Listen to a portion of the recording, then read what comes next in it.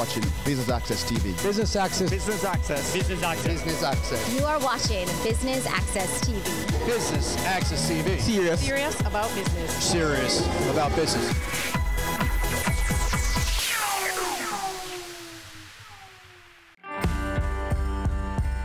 Business Access TV was on location at the Boulevard Supercenter for the opening of FGB's first bank agent in Jamaica.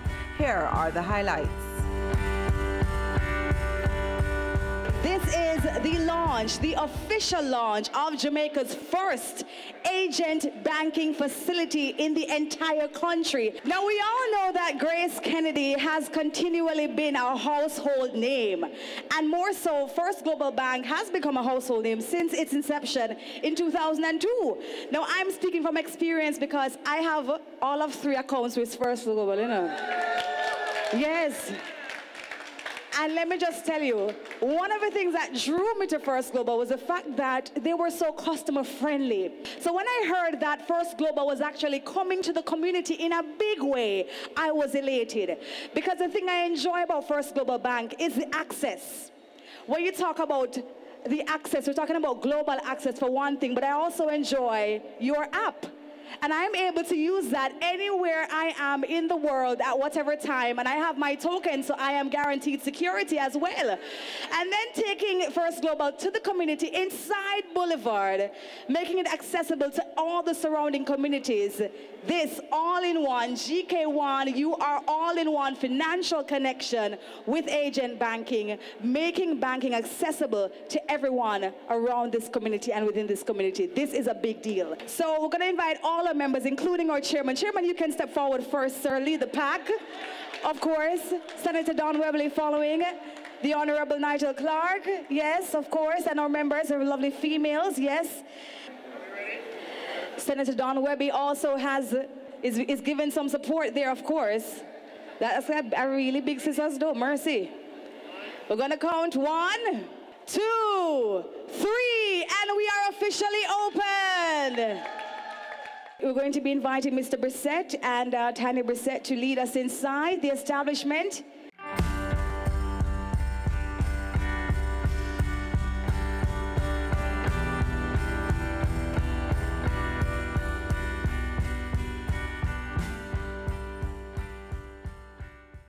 I hear that you guys have one coming in my parish, Clarendon. So I'm very, very excited about that. And I know that because of the convenience of everything, the overhead costing is not so much. And so some of the services are actually free of cost, right? All the services are free of cost. All the services are free of cost. Right. So they're able to come and make their deposits and their withdrawals and the inquiries and such free of cost. Sure. Amazing. All right, so at this time, ladies and gentlemen, we're going to be inviting Mariam McIntosh Robinson. I know this lady has much to say this morning. We are proud to be a part of the Grace Kennedy Group, and we'll be expanding across Jamaica via our Grace Kennedy proprietary network, partnering with remittance business owners, Grace Kennedy Money Services, High-Low, etc. While FGB now has 12 locations, with one more opening this morning, and another one to open on Friday in May Pen, our sister company, Grace Kennedy Money Services, has over 100 locations. So you can immediately see that this is a true growth opportunity for us as we expand nationally. This morning, though, we are pleased to partner with State Farm Services Limited to offer convenient, in-person banking to the community. So what can you do at an agent bank? Well, you can do most of the transactions that you would do at a traditional branch, namely withdrawals, deposits, payments to come soon, and you can check your balances. Our locations will open most days, including Saturdays, and we'll have extended hours from 9 a.m. to 6 p.m. because we believe that we must continue as we expand to offer convenient banking. At our agent locations, which are banks in the various communities, we charge no fees. Let me share this again. At our agent locations, we charge no fees. And we plan to expand using this model, expecting to open up to 30 locations by the end of next year, and we're going to push to get 6 to 9 more out before the end of this year, depending on the pace of our regulator approval for each location. We also plan to introduce products, banking products, to the community based on needs, and we've already developed and launched 2 products. On the loan side, we've launched our payday loan product, which is an unsecured facility for up to 12 months. And on the savings side, we have our partner plan, which is like a partner plan, and we are, wait for it, literally the banker. With more to come, stay tuned to this space and watch First Global MoneyLink. Now, people may ask, why do we choose to open an agent banking location when so many folks are scaling back or going online? Well, we believe you need to do both. We do encourage persons to continue to use digital and online banking, where again, there are no fees, but we think there is something to having that in-person interaction when you're doing banking, and so we're pursuing this low-cost model to still go out into the community. In addition, First Global Bank, we support the national drive for financial inclusion, and that is a strategic and coordinated efforts to bring those who are not currently enjoying formal financial services like payments, savings, credit, pensions, insurance, etc., to bring them into the formal community so that all households and businesses, regardless of income level, can have access to and effectively use the appropriate financial services they need to improve their lives. Online banking, though, as I mentioned, is great.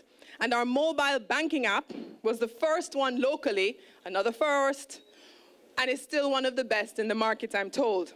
However, as I mentioned, the micro setups, such as this agent location, allows for the in-person convenient banking. And ladies and gentlemen, as I mentioned before, both options are no fees.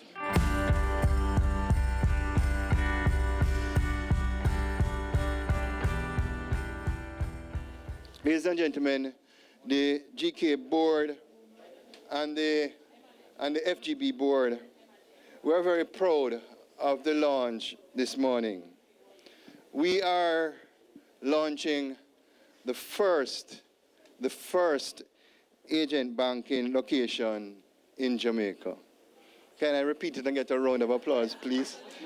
We are launching the first agent banking location in Jamaica. As you would have seen from our recent first campaign, being first, and Mariam reminded me, so I'm just repeating what you said, Mariam, that First Global Bank is known for being first. A lot of consumers, a lot of Jamaicans, they don't know that First Global Bank, we have only been in existence for 16 years. And I think Mariam and Peter and the FGB team, we have certainly accomplished a lot in that short space of time. When we started the agency banking strategy in 2017, we recognized what we call, Minister, it was blue ocean territory. So we were very focused in terms of delivering products to the right people, the right products, and the right services, because we believe that Grace Kennedy is more than armed to do that. So agent banking is another innovation from the GK Group as part of our business mandate of actively participating and leading the financial inclusion drive as challenged by the government of Jamaica. Financial inclusion, as Mariam said, is about providing the right financial products and services to wider Jamaican consumers and businesses to facilitate their right to financial stability, growth, and protection. Colleagues, I want you to listen to these statistics, because you know, when you do your research and you actually look on them, it's quite alarming. Madam Debbie, do you know that 34% of the Jamaican population is unbanked? 34% is unbanked. Do you know that only 30% of Jamaicans save through a regulated financial institution? Do you know that only 11% of Jamaicans and 27% of SMEs access formal credit? And 80% of adult Jamaicans have limited access to low-cost, efficient, and user-friendly services. I make that point to say, and you said I am familiar with the gaps. That Minister, I believe that if we get agency banking right, it's a game changer in terms of growth for the Jamaican economy. And Grace Kennedy, we sincerely believe that. Our financial group, of which Grace Burnett is the CEO, I think we are perfectly placed to ensure that agency banking will be a success. Why? We have a number of well-known brands. We're talking about First Global Bank, GK Insurance, GK Money Services, Western Union, Bill Express, FX Trader, and our latest product, GK Proxim, which is microlending.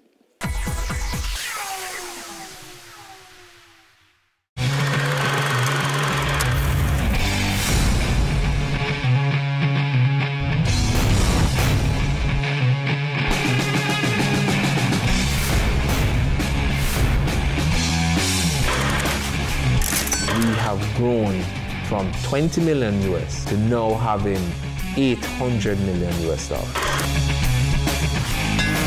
Knowledge, skill, and professionalism. Those are my tools and my armor. It's a big men don't cry, right? It's a big men don't cry, right? We were being robbed some $531,000. I've been angry to the point where I feel like I would kill people.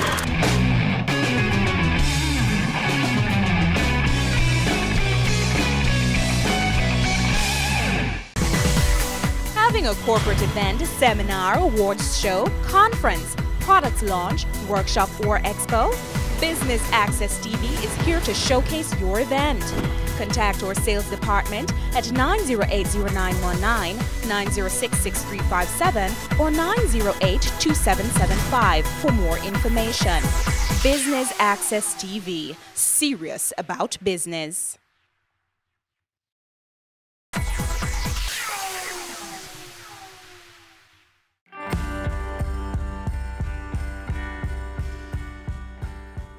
Let me just start by first congratulating First Global Bank on this very first agent bank in Jamaica. This is evidently a bank that is living up to its name, being first in the mobile app, now first in agent banking. But you understand how the name first, how they're living up to it. When you saw the CEO a while ago, go from 30 to 50 to 100. All right, you ever heard about 0 to 60 in 4 seconds? Well, this was like 0 to 100, right? And I have no doubt that that plays a crucial role in you living up to your name. But this is a historic occasion, one that I'm very happy to be associated with.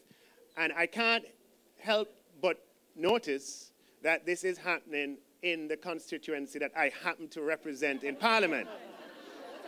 Now, they say there are no coincidences. I was elected in March. They look around and they say, pure road, them call it carpet. And now them look and them see money link. I mean, I gone clear. I mean, I am as clear. So you just continue, 30, 60, 100, full support. But the location of this bank will serve the communities of Pembroke Hall and Marvelly, Hughenden, Patrick City, Washington Gardens, Duhaney Park, and will also serve First Global customers that ordinarily would have gone to downtown or Ligony. So agent banking was introduced in legislation under the Banking Services Act in 2014, consistent with the aim of broadening the access points of delivery for financial services. And as you know, the government of Jamaica is focused on broadening financial access, deepening financial access, and ensuring that financial inclusion is entrenched in Jamaica. It was in 2016, in December 2016, that the agent bank regulations were introduced, and First Global Bank was the first to get their foot in the door, first to apply, and the first to open, and I believe they ought to be celebrated for that. This will allow for much broader coverage and improve access for customers, and will help us to diversify the base of persons who have access. The statistics quoted by Don Webby need no repetition, but clearly there are large segments of our population that are either not banked but are underbanked. And we know intuitively and intrinsically that the base of the pyramid in any economy, in any society, is integral to the economic vibrancy of that society, and therefore including them in the economy by allowing them to have access to regulated financial services that are competitively priced and that are efficiently located will only serve to the better of Jamaica. Now, we in the government of Jamaica, we have an interest in seeing the establishment of agency banks right across Jamaica, and believe, as your CEO believes, that it will continue to play a very important role in the growth and development of Jamaica. So I actually liked the acceleration 30, 50, 100, and I'm going to borrow it from now on, and I want to encourage you to go for it because that is definitely aligned with Jamaica's interests.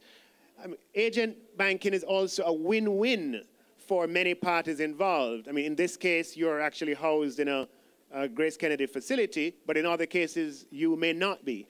And so agency banking is a win for the entity in which you are located because it brings more customers through the door, it diversifies their product base. It's a win for the financial institution because you have access to a broader base of customers yourself, and because you provide efficient services for your existing customers.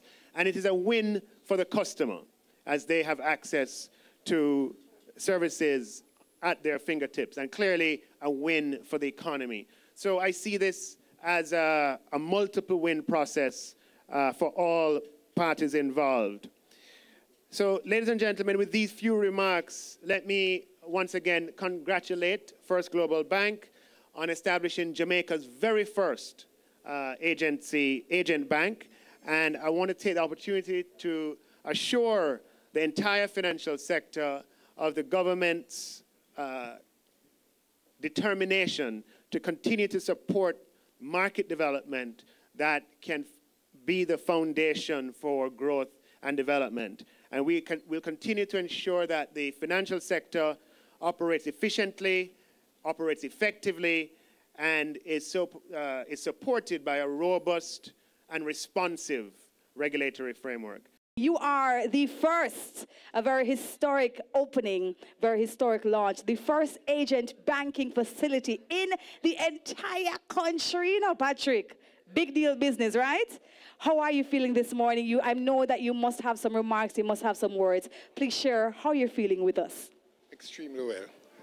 First of all, I'd like to thank the Grace Kennedy Group for affording State Farm Services the opportunity to be in your annals. Later on, I am sure you'll recognize that State Farm Services is here to build the Grace Kennedy products. This is how we feel. I'd like to say thank you to the staff of Boulevard Service Center. If they were not giving service, I don't think Grace Kennedy would have chosen us. I'd like to say to you all, thanks again. Thanks.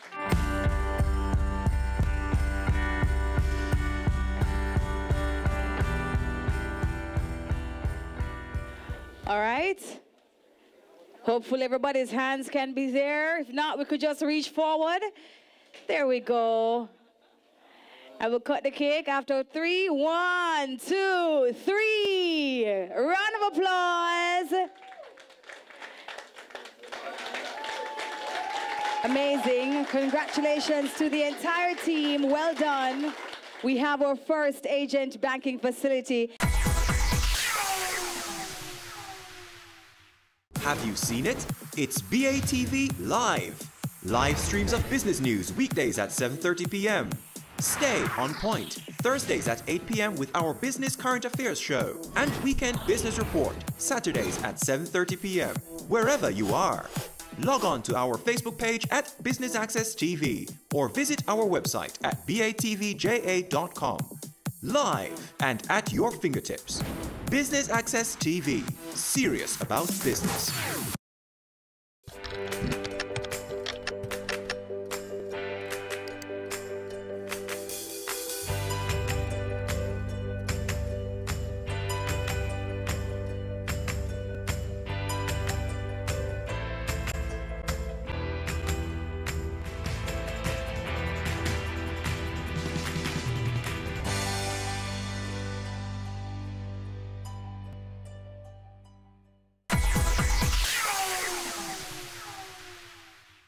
Just share with us your sentiments about today.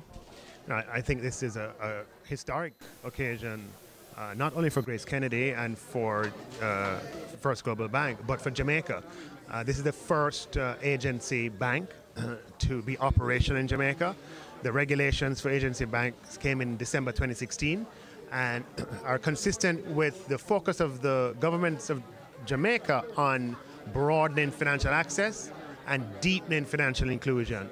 And we hope to see many more of these agency banks across Jamaica bring in financial services within the reach of tens or hundreds of thousands more Jamaicans. How important is it in bringing Jamaicans into a regulated banking network?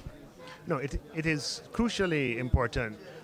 When Jamaicans have access to banking products, it means that they can be more efficient in their own transactions, and it can allow them to pursue their own sort of economic goals and pursue their own dreams. And the more persons who have access to this means that the society is better off. The more formal saving that we have, the more that money is kept within financial institutions as opposed to kept in other forms, the stronger the economy of Jamaica will be. And there's a benefit for the customer as well. Their money will be safer, and not only safer, but they will have access to a range of services that they wouldn't otherwise have access to. So we know that there are limitations to agent banking, you know, as in depositing $50,000 and withdrawing $50,000. Are there any plans to further develop on that? Yeah, so agency banking comes with less restrictions than normal banking. And in return for that, there are certain things about it that might be different from normal banking. And one of the things that's different is the amount that you can lodge or withdraw in any one transaction. When the regulations were passed in December 2016, there was an agreement that would be reviewed on a periodic basis, and I believe the time for review might be soon. So we'll see how some of those limits can change over time. So congratulations again on opening the first agent bank. How does it benefit the country and Grace Kennedy's strategy of financial inclusion? Yeah, well, so as I said in my presentation, based on all the studies that I've seen, anywhere between 30 and 40% of Jamaicans are unbanked. So basically what agency banking does, it opens a platform to be inclusive of all Jamaicans so they can now work in terms of their financial planning and financial transactions in a regulated environment. As someone said, when you're building a pyramid, the foundation is the most important. And we believe that that 30%, 34% that I spoke about is the foundation of the Jamaican economy. By the end of 2019, we want to have 30 locations in place. And I have set my team a very aggressive goal. Well, I tell you something, and it's going to be very simple, and you're going to hear me saying it over and over, but this is the first media house that I'll say it. So in 2022, Grace Kennedy is going to be 100 years old. We were born on February 14, 1922. And I've said to my team, by 2022, for our 100th anniversary, I want 100 locations. So the timeline is very clear. Talk to us about some of the products and services offered by agent banking services. Oh, thanks for having me. For this historic moment, we have introduced two products to our customers. One is our partner plan, which everyone is familiar with. And of course, we have a payday loan specially designed for these agent locations that we are launching. We find that customers are very familiar with these two names, and of course, we have designed creatively two products that will nicely serve them. The agent banking location is a unique opportunity for First Global Bank to expand its network. We are using and launching today at Boulevard Supercenter, our first agent location, and we are pleased to facilitate our customers with their regular deposits and withdrawals, and based on the demonstration mentioned earlier today, it works. The great thing about it is that our customers can, instead of incurring the cost of traveling to other locations, particularly those in this community and the other communities that we'll be pushing into, are able to just, walk up to the location, execute their transaction, and, they're good to go. So congratulations again on opening your first agent banking. I know that financial inclusion is a big thing for FGB. Talk to us about your strategies for that. Okay. So first of all, we believe in financial inclusion, and we're glad that and very supportive of the national financial inclusion strategy that the government has set. So the way we think about financial inclusion is allowing persons of all walks of life, so both persons and businesses, regardless of income level, to have access to the formal financial system. And what does that mean? Informal financial products such as payments, savings, credit, pension, insurance, everyone should have access to that. And so what we've done is we've created a set of offerings to allow persons to come into the network so that they can use these products to improve their lives. And our platform offering is what we call agency banking. So this is where we go into the communities where customers are or consumers are, and we partner with businesses already in the communities that will offer banking services on our behalf. So that's what we call like third-party banking, and that is what's known as agent banking. And so it's exciting because you can expand in this way in a low-cost kind of fashion, but people still value that in-person interaction. There's still value in breaking down and demystifying how to engage with the financial system. And what's nice about these agent locations is that there are little to no fees. So just like going online and doing online banking, which we at First Global Bank encourage as well, we also value the convenient in-person banking, and so we're using this model to expand nationally. So we're going to have 30 agents by the end of next year. I'm told that there's some number of 100 hovering out there somewhere over the next 4 years. But we really see this as a way to expand into the communities across Jamaica and get so many of the under and unbanked persons to come into our system, to demystify the system, and to do it at low cost because there are no fees. So I know that right about now it's 9 that you're working on. So are there places or specific places that you're really targeting right about now? Yeah, man. So this is our first location, Boulevard Supercenter with State Farm Services Limited. Interestingly enough, we're opening Maypen later this week on Friday, but that's going to be a mini branch. And at the mini branches, you can actually open accounts. At agent locations, you don't open the account on site. We'll collect the paperwork, but we'll go back to a branch as part of our hub and spoke model to open the account.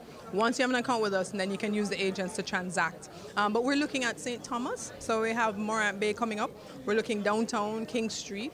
We're looking in the St. Anne parish. We're doing another in St. Mary. So we're actually going into every parish in Jamaica and expecting to go further into the parish over the course of this year and into next year, across the parishes, I should say. But again, all these agencies that are spread out across Jamaica, you could almost think of them as ATMs, right? Sort of an ATM. But they're all tied back to what the traditional branches that exist for First Global Bank. What we like about these agent locations is that you can do withdrawals, you can do deposits, you can make payments on credit cards and loans, and that's to come for us, and you can check your balances. So it's a great way to do business that you would have already been doing, like remittance, collecting your remittance, or if you're in high-low, you're doing supermarket shopping, or anyone, we really can partner with anyone. We're focused on our Grace Kennedy proprietary network because it's so powerful and so extensive. But we actually like the fact that you could be coming to do something else, and then, oh, by the way, you do a little banking on the side. Because we know that when people go to do banking, we know that unlike buying a shoe or going to the hairdresser, when you finish that shopping experience, you feel good. We know banking, it's a little harder to feel great at the end. So we want to make it as convenient and as clear for persons engaging with us. That's it from us here. Until next time, thanks for tuning in to Business Access TV, serious about business.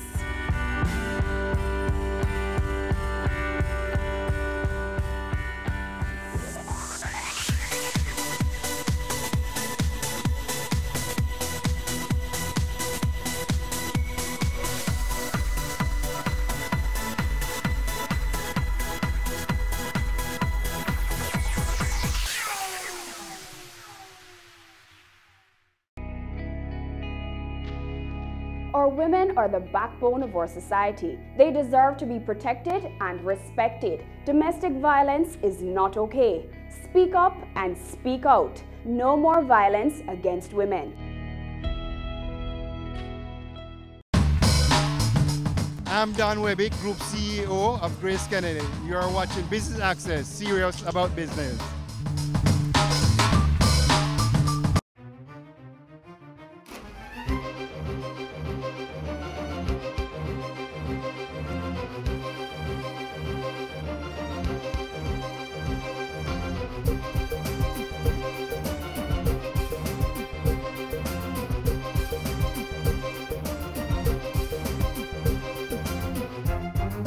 Hi, I'm Theodore Henry, and today, coming to you from the pages of Jamaica Magazine, Financial Matters and Entrepreneurial Development. It's all about practical and significant developments in our island's economy, and you don't want to miss out on any of it. It's coming up inside your favorite program, so do stay with us.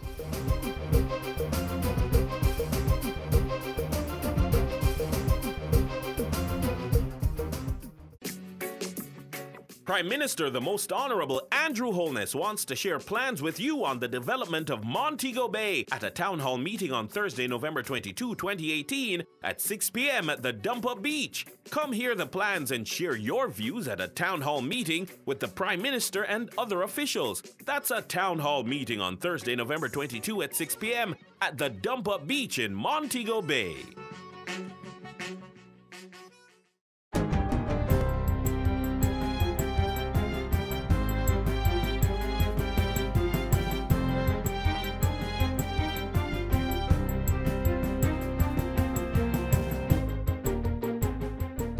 Good day, I'm Stephen McHugh, and this is your JIS News for Wednesday, November 21.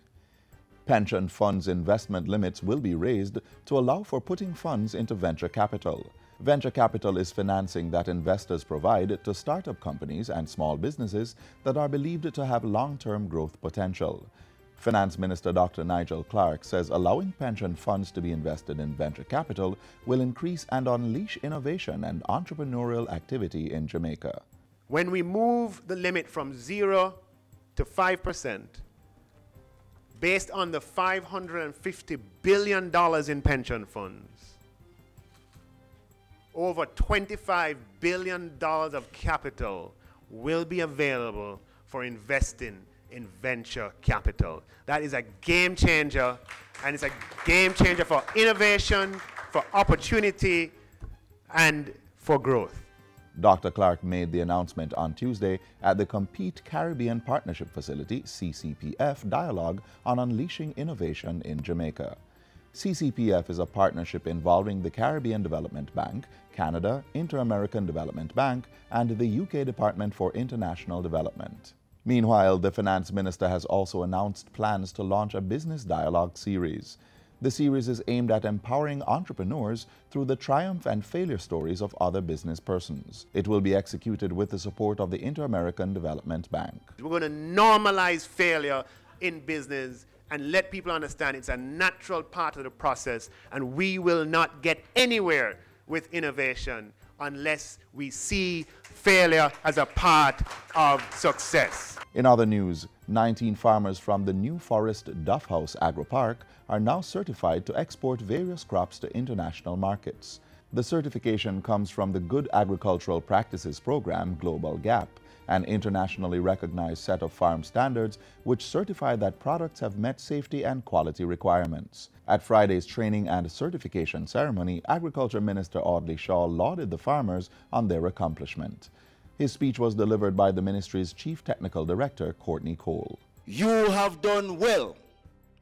Your training will undoubtedly redound to increased earnings as you produce for the local market, our neighbors in CARICOM, and the wider international markets. Over 700 ultrasound examinations have been conducted at the St. Anne's Bay Regional Hospital since the August installation of an $8.2 million state-of-the-art ultrasound machine.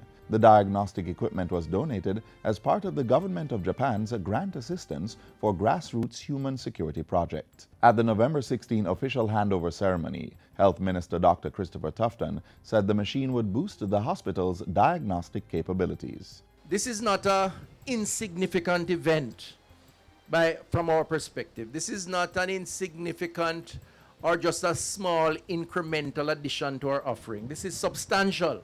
A 78% case clearance rate has been recorded in the Supreme Court across all divisions for the April to July Easter term this year. This is a 30% increase when compared to the same period in 2017.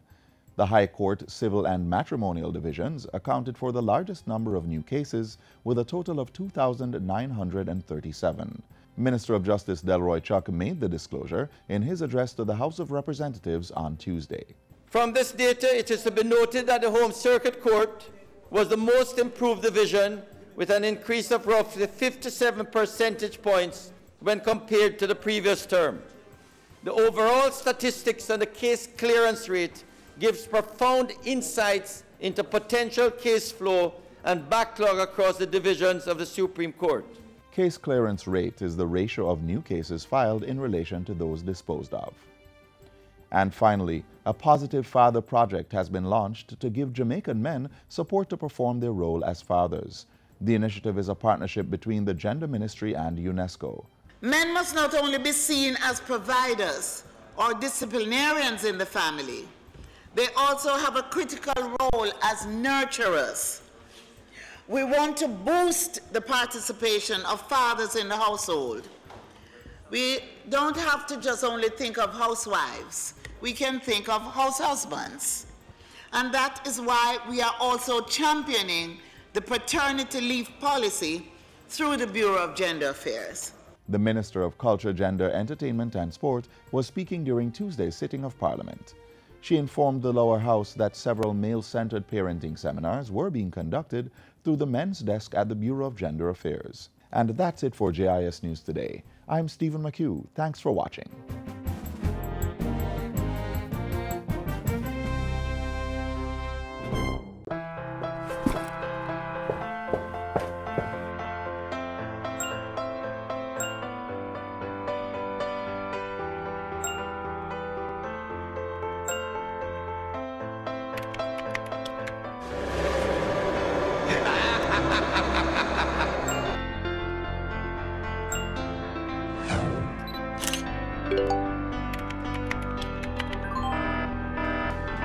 Did you know that in a recent survey done by the OCA in schools across Jamaica, 43% of the students received inappropriate messages from strangers? The OCA wants you to be smart online. Never speak to persons you don't know. Parents, encourage your children to be social but be smart. This message was brought to you by the Office of the Children's Advocate with support from UNICEF. Students in secondary schools across the island are being exposed to entrepreneurial opportunities. Today we show you how the Junior Achievement Company of Entrepreneurs Secondary Entrepreneurial Development Program is implemented in those different schools and how the various businesses operate.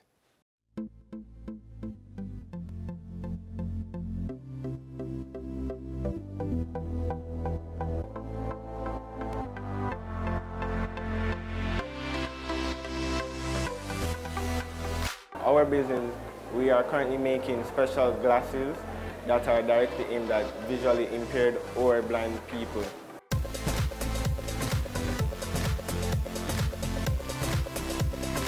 I am the treasurer of Humble Ground Planting Supplies, and these are my seeding trays. This is our first bag, one we made for feedback at school, and the children loved it.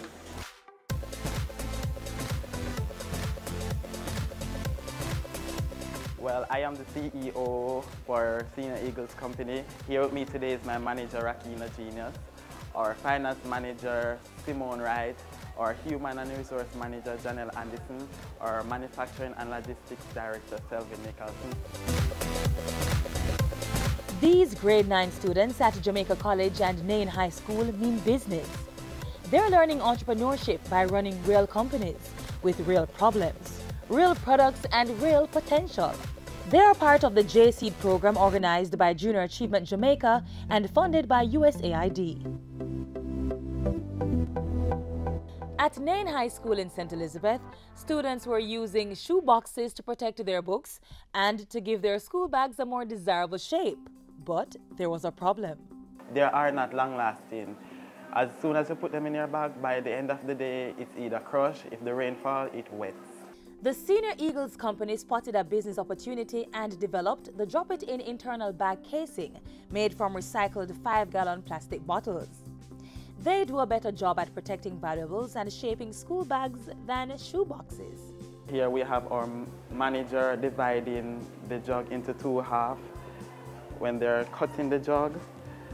This is our prototype, our work day while we were building the bag.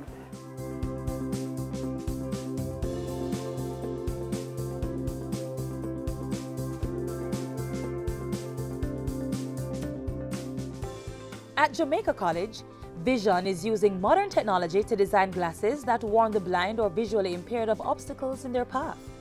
When infrared sensors, they're going to bounce off an object, and when the light bounces off an object, it will then come back to the process, which will process it, and go to the vibrating motor, which will then indicate to the wearer that there's an object in front of you. Under JSEED, 41 schools across Jamaica have added entrepreneurship to their grade 9 curriculum. Using the Junior Achievement Workbook as a guide, the students cover introduction to entrepreneurship, developing business ventures, conducting operations, and dissolving or expanding a business. This really put me in the whole matter of the student-centered approach, wherein that it's not a chalk and talk. It's really getting into the brains of these students. The boys love it.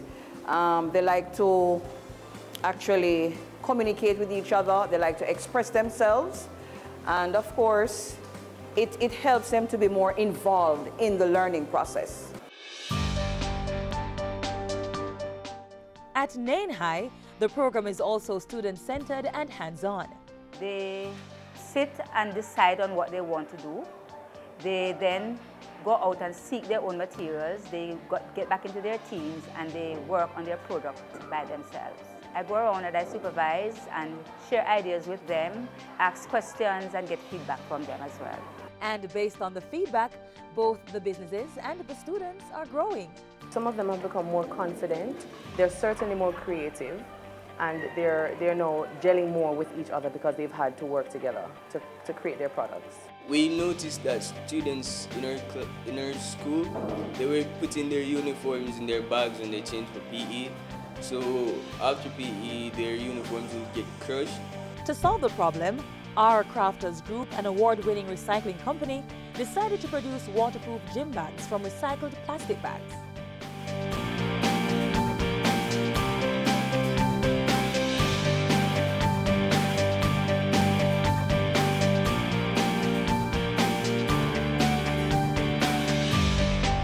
After we found the plastic, we washed them. The plastic is then dried, placed over an ironing board. We put fabric over the plastic and we iron the plastic. We let it cool, and after it's dried, we cut it. Then we line the plastic that's on the inside. Then we wrap cardboard with some of the plastic and then we line it. Then we turn over the bag, and so it's made from inside. The students are also learning the importance of corporate social responsibility. Businesses at Nain High School used Labor Day to give back to the community.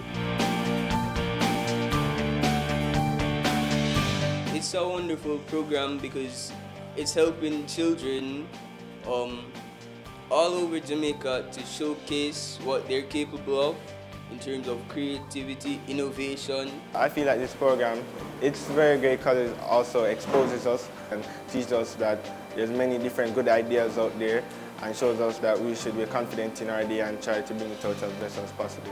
And there's even more exposure for these young entrepreneurs through competitions.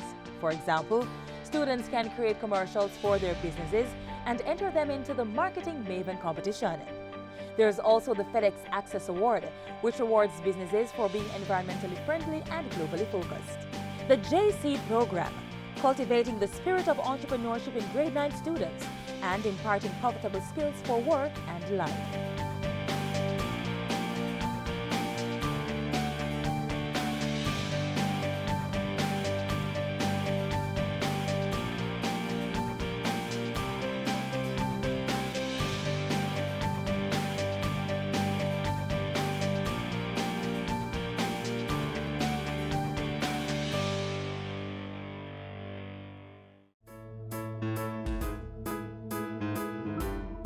Mommy? Yes, sweetie? How can I change my world?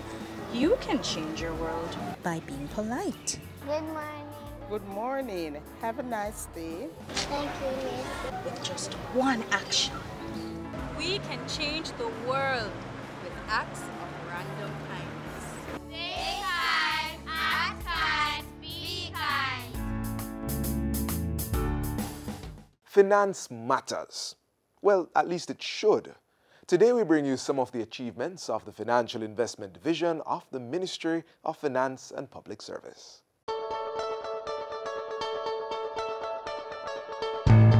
Welcome to Finance Matters, a production of the Ministry of Finance and the Public Service. I'm Daniel Pasley, and today I want to share with you some of the achievements of the FID, that's the Financial Investigation Division.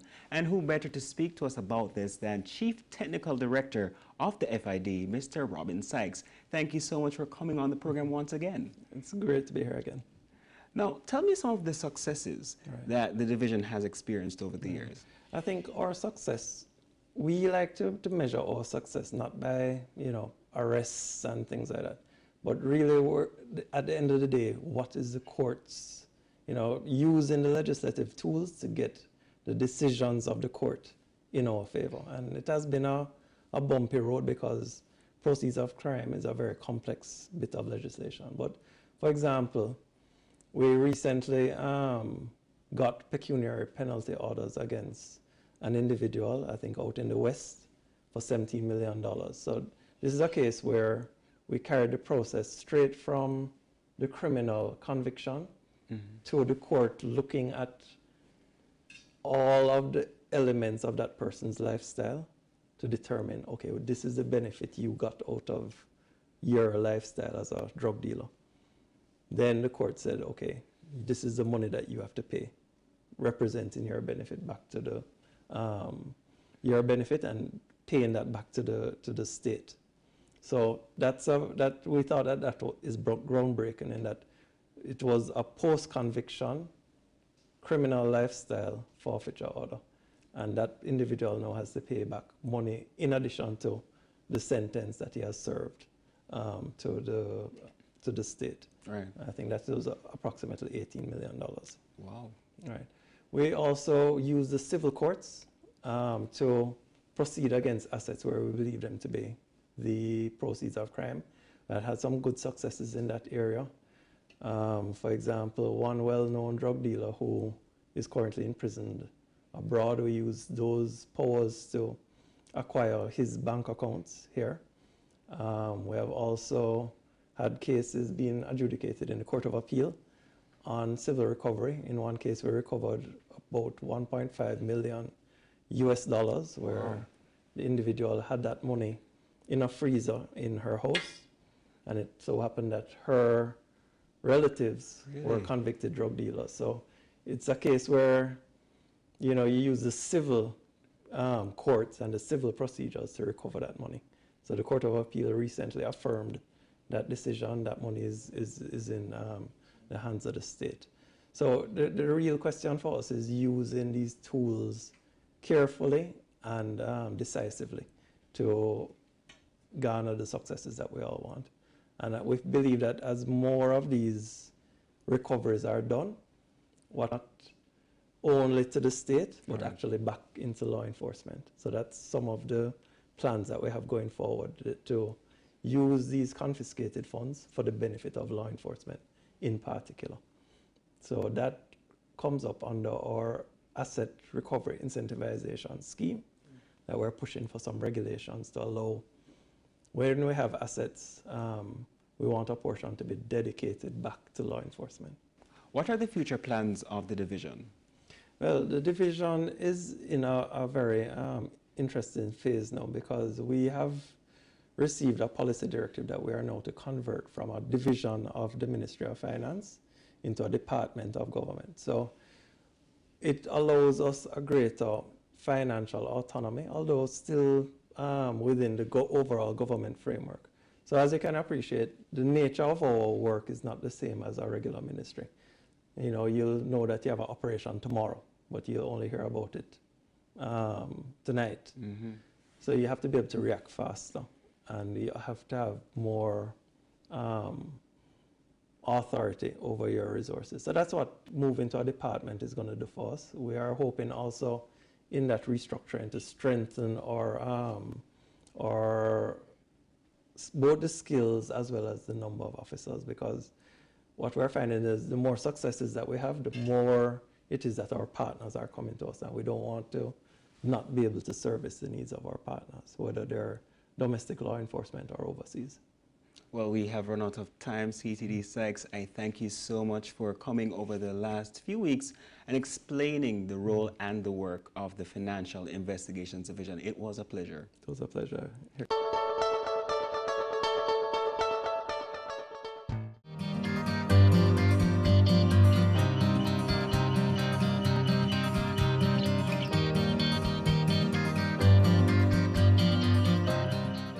With the 2018 International Day for the Elimination of Violence Against Women just 4 days away, we wanted to remind you just how important it is to stand in opposition to violence against all genders.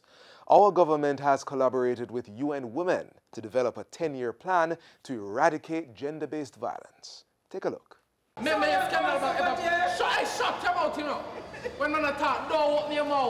It is no secret. Jamaica experiences reports of domestic violence. Sometimes he beat me in front of the picnic them.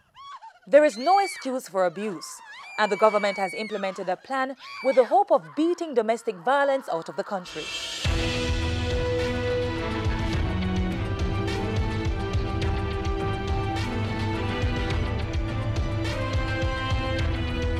The data on gender-based violence says much. In Jamaica, 1 in every 4 women is abused. Globally, 1 in every 3 women is a victim. Coupled with that, domestic violence has no regard for age or status.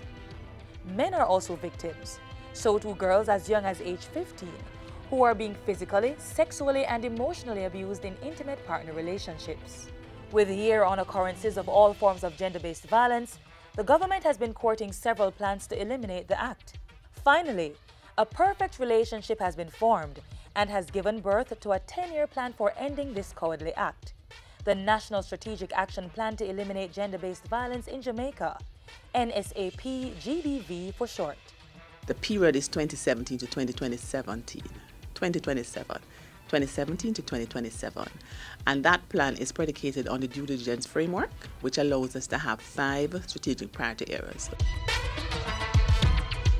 First one is prevention. How do we engage key stakeholders so that they become a part of the solution and not a part of the problem? A major component of the prevention strategic area is the implementation of a No Excuse for Abuse social media-driven campaign. We are very fortunate to have been blessed with a 3-year MOU through our partner, UN Women, that will allow us to do a 6-month campaign. We think that this campaign should make a huge difference, and we plan to have it rolled out in a very robust manner across communities and engaging different players at different times. The second strategic priority area is protection. That looks at how do we ensure that once the person becomes a victim, there is the adequate provision for shelter, there is provision for psychosocial support and rehabilitation. How do we look at the perpetrator as well? The third priority strategic area covers the investigation, prosecution, and enforcement of court orders. So once a person has been a victim, becomes a victim, what sort of mechanisms are in place to ensure that the victim gets redress and gets compensation if that is what is required, And if there is a protection order that is required, how do we ensure that the protection order is taken out and that it is enforced? And if there is an issue with compliance, which happens in some cases, where the perpetrator decides to violate the protection order, how do we ensure that it is enforced? And how do we ensure that the victim has protection? The fourth strategic priority area looks at compensation, reparation, and redress. How do we ensure that victims and survivors have adequate compensation for redress for wrongs that have been done? And how do we compensate? What forms of redress are appropriate? What is affordable given our limited fiscal space? The fifth and final strategic priority area is data collection and the systems by which we have a management of data. Gone are the days where persons talk from their heads about gender-based violence, because we now have a survey findings, a set of survey findings that's put together in a report. It's called the Women's Health Survey, and that survey for us is very important. Released in 2017, the Women's Health Survey was conducted by the Inter-American Development Bank, UN Women, and the Statistical Institute of Jamaica. It provides facts, not anecdotal information about the violence some persons face. Eliminating gender-based violence will not be a band-aid fix. With the help of local and international partners, government has crafted a research-driven program to involve major stakeholders.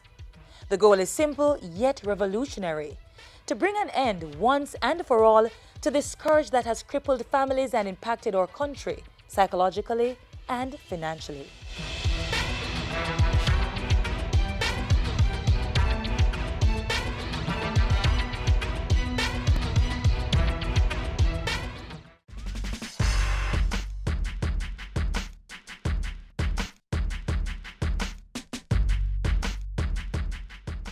We've engaged with some secondary entrepreneurs, and we've heard from a financial expert. So for today's Hear This, we're bringing you some financial tips for our high schoolers. It's never too early or too late to start learning about money management. The first thing, set up a budget. As a secondary student, making a budget becomes important in helping you to understand what you can spend and what you can save. The second thing, prioritize your spending. Not everything worth seeing is worth buying. You know there are some things that you really can do without. Figure out what those things are and cut back on the excess spending where possible. The third thing, understand the basics of opening a bank account and start saving now. Definitely, saving is important, and we encourage you to start whenever and with whatever you can. The simple truth is, every mickle make a muckle. So, do what you can to simply make Jamaica that place of choice for you to live, work, raise families, and do business while being financially smart.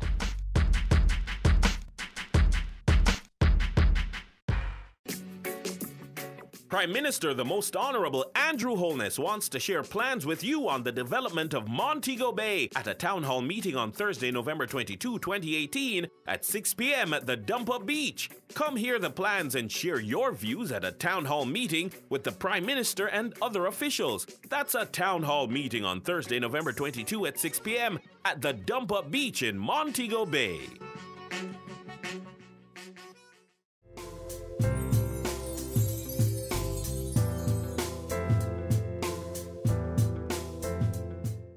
We've come to the end of the program. Thank you for staying with us, and if you missed anything from today's show, you can watch it all again on our website or our YouTube page.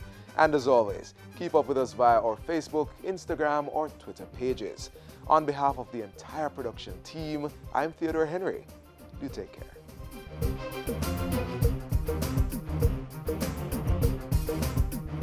This has been a production of the Jamaica Information Service, the voice of Jamaica. Stay current and gain more information on the ever-evolving industry of real estate on Home Sweet Home, Sundays at 4:30 p.m. on Business Access TV.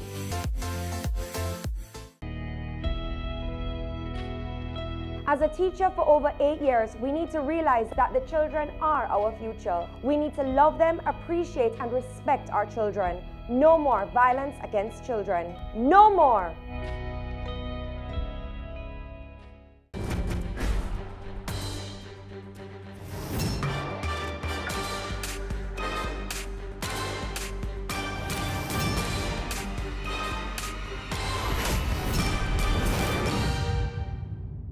Wealth Magazine Business Access is brought to you by FX Trader. FX Trader, your foreign exchange place from Grace Kennedy Money Services. This week on Business Access, we continue with our element of throwback. Today, we feature President and CEO of Sagicor Bank, Donovan Perkins. When we first sat with Perkins in 2011, he shared with us about how a future in medicine turned into a career in banking, what it means to be an intrapreneur, and the various deals which led to the emergence of Pan-Caribbean Financial Services. Let's now take a look at that interview. Pan-Caribbean is a result of a number of mergers. What important role did you play in these mergers? Well, just to give you a little history of the company, it was started 27 years ago by Maurice Facey, who was the first chairman. I joined it 17 years ago, so I've been there for about 2/3 of the existence of the company. You know, there was a significant fallout in the financial sector during the 1990s. About 70% of the sector disappeared. We were one of the survivors. We were small and nimble enough and had a great team working with. I worked with Richard Biles. So in 2000, we acquired Knutsford Capital. In 2001, we did a reverse acquisition of Trafalgar Development Bank. That's actually how we became listed on the local stock exchange. In 2004, we merged with Manufacturers, which was another outstanding investment bank. So we've grown both organically, which is by our own efforts, and also inorganically by consolidating excellent companies that were well managed. Richard was one of the early managing directors of Pan-Caribbean Merchant Bank. He really started it on a growth path, and then when I joined in 1993, he became my boss. So I've had the same boss now for 17 years. In this episode, we delve even deeper as Perkins describes his near-death encounter, which ended a promising career in sports, how he approaches tough decisions, and the acquisition of Royal Bank of Canada RBC by the Sagicor Group.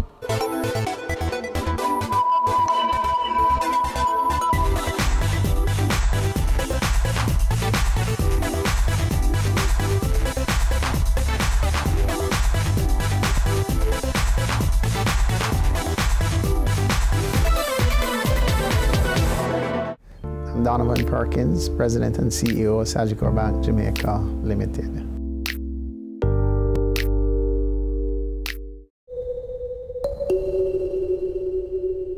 I went to a prep school called Robertson's Prep, and it's not around any longer, but I'm still in touch with some of the folks I went to prep school with. Passed my common entrance, got accepted at Calabar, #1 school in the country. While I was at Calabar as a regular kid, got into usual kind of trouble. Got involved in sports, did a little track, but my main sport was football. I guess one of the things that I'm proud of as a part of the team that won the Manning Cup in 1977. The last year in high school, it was kind of interesting. My parents, my family had migrated, and I'd stayed back to finish high school. Take my A-levels. So, it's very dangerous when, a young kid is left with a bank book and really very little supervision. So, that last year was very interesting. Got into lots of good trouble, nothing serious. And didn't want to leave Jamaica until my father told me to send a ticket and said, you gotta get up here to Miami. So I left. In the 70s, there was a lot of uncertainty, and a lot of families left Jamaica at that time. And so mine was one of them. I just happened to stay back that last year because, one, I was, just having time of my life, and convinced my parents to allow me to stay and take my A-levels, which I did. I think in hindsight, I think it was good for me that, I had an opportunity to live in the States. I got a really good base education here in Jamaica. And I think what it did is it laid the foundation for me to do well at university in the States. When I got to Miami, I worked like every American kid does. I worked at Burger King, worked in other types of jobs. I was 18 years old and I got a job at Burger King. So I was responsible for grilling the patties and having a stock of burgers ready at all times. And so I was working there, and after 2 weeks, one day, the manager called me into his office. His name was Gabriel, never forgot it. And Gabriel said to me, they couldn't pronounce my name, so they called me Donovan. So he said, Donovan, I have to fire you. And I said, why, Gabriel? He says, you've been working here for 2 weeks. All you know to do is to make hamburgers. You don't know anything else about the business. The parking lot is messy. Everything is messy. You don't want to work. So I said, Gabriel, please don't fire me. Let me come back tomorrow and speak to you. I went back early in the next day and I said, Gabriel, okay, here's what I'd like to do. Today is my last day on the burgers. This week I'm going to work on the frying machine and learn everything about it. I'm going to learn about the milkshakes. I'm going to learn how to clean the Coke machines and to fill them up. And during the day, I'm going to make sure that Enrique and I will clean the parking lot and have the place spotless. I listened to what he said, and I also want to make more money. So I want you to increase my hours from 20 hours a week to 30 hours a week. And he says, he looked at me and he smiled and he says, Donovan, you are learning about how to be successful in America. And I think that Burger King lesson really has served me well. Then, I started exploring, what is it that I really wanted to do with my life. Went to school in Tampa, that was my goal, to become a doctor. So after 2.5 years, in the States it's a little different from here in Jamaica. You go straight from high school, you get accepted at UWI into their medical program. In the States, you go in as a pre-med student, you apply to medical school, and then you get accepted. So I was well on my way, to med school, 2.5 years of doing chemistry, biology, calculus, all those classes that you do, when you're in the sciences. And then one day I was walking to class with who is a very good friend of mine. And I said to him, John, what electives are you taking this term? And he said, taking a class called personal finance. I said, personal finance, why would you want to take that? And he said, well, we're at school, right? I said, yes. Well, we're here so we get a better paycheck. I said, yeah, makes sense. He says, well, if you get a better paycheck, you need to know what to do with your money. I said, I'm going to take this class. And so just by, stroke of a simple discussion with somebody, changed my life. And I went and took the class, personal finance. Just fell in love with finance and business. It was logical, I'm a numeric person. And when I took the classes, I could understand, what was the value of insurance, what's important about investing, how to diversify your investments, how to manage risk. I found that I could readily understand the concepts and I could see how I could apply them in my life. So, that was it. I just focused on finance and ended up doing well, graduated with honors, something I'm proud of, while still managing to lead a regular college life.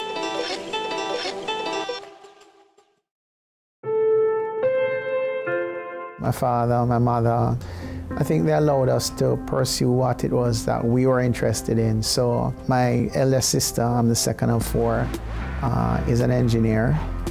So she was very good in the sciences. I ended up in business.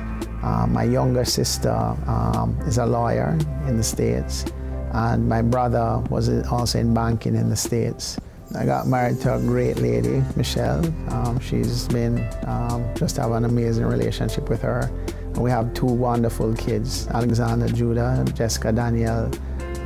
Alex is graduating from university this year. He's a liberal arts student. And my daughter, she's also a pretty good athlete, plays squash. She's been playing maybe from about 6 or 7 years old. She's represented Jamaica in squash.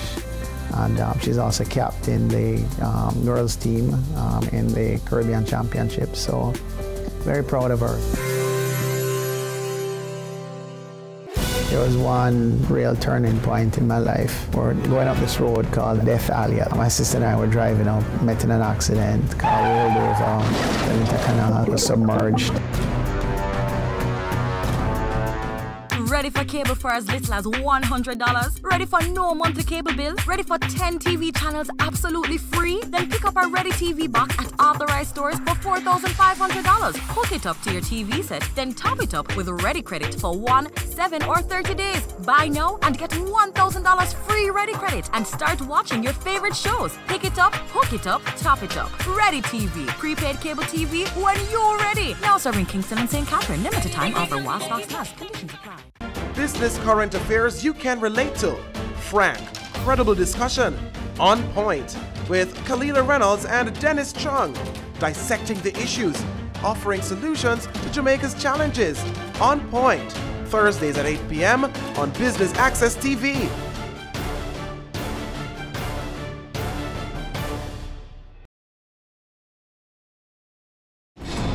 We are back with another exciting, innovative, and inspiring season.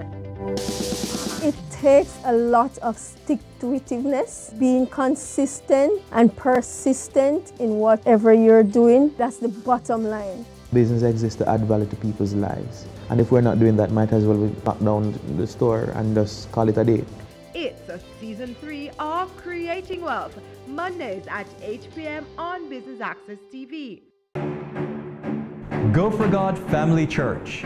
Today's message is for those of you who thought that Jesus was finished. Inspiring messages. I'm here to tell you today that you are excellent. God is excellent. Empowerment from biblical motivation. To be glorified means to endow with authority. A woman is a powerful, creative being. Join Pastor Christopher Morgan and the Go for God team as we go for God.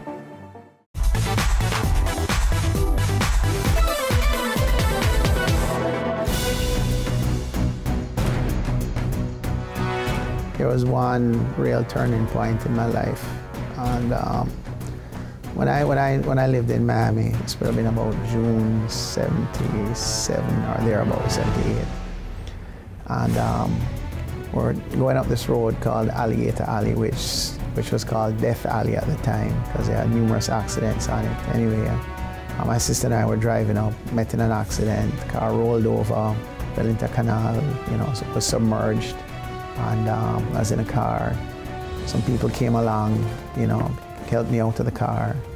And but I felt this really bad pain in my back.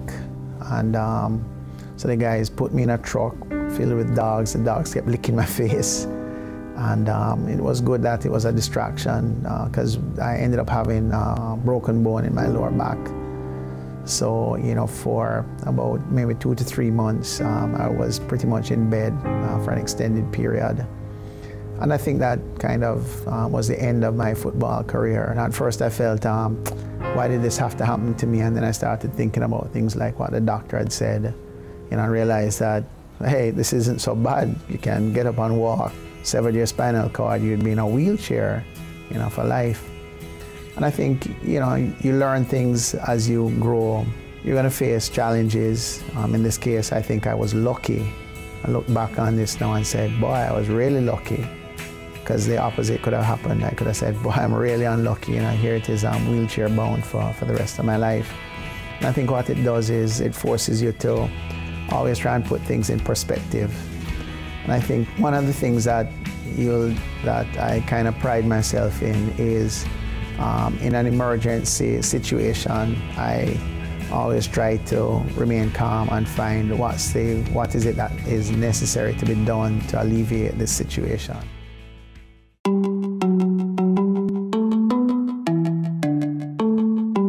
I've never taken a sick day in my life, if you can believe that. So I've been blessed with, reasonably good health. So, I focus on that now. Health is very important to me. But I also think the relationships that I have with, my friends, my family, the people I work with are also very important. I think that's where you begin to get some of the rewards. People helping you, you helping people. I see that as a big part of me now, being able to help people realize their dreams, give them advice objectively. And I think I've done a reasonably good job in that respect. being an advisor to a lot of people. What excites me about my new career at Sagicor Bank is, just looking back on my own life. I remember when I got my first car, my little Corolla GTS twin cam. I really loved that car, cherry red. It was sweet. And how I got that car was a bank made me a car loan. And so it helped me to realize that dream. And then later on in life, when my wife and I got married and we started looking for our first house, we found it. It was our dream home, a nice little place in Kendall. That's where we've lived together. And again, I got a mortgage. So I became a very proud homeowner. And when I think back on those experiences that I've had and my current role today, I see a very striking similarity, Sagicor Bank helping to realize people's dreams. When I joined Pan Jamaican in 1993, I was working for Morris Facey and Richard Biles, who was then the president of Pan Jamaican. So I was hired to manage their banking division. And that's really been my responsibility throughout the years as the company has grown from Pan Jamaican to Pan Caribbean into now Sagicor. I've always had responsibility for the banking division, which was Pan Caribbean Merchant Bank at the time. Then it became Pan Caribbean Bank, and now it's Sagicor Bank. And then we had Pan Caribbean Financial Services, which was the dealer in the group, which is now Sagicor Investments. So up until a couple of years ago, I had responsibility for both Sagicor Bank and Sagicor Investments. I think what's happened now is with the acquisition of RBC's operations here in Jamaica, the business has exploded. So the commercial banking side of the business, which I'm now responsible for, is massive. It's almost 100 billion in assets. We have maybe about close to 700 people working in the business.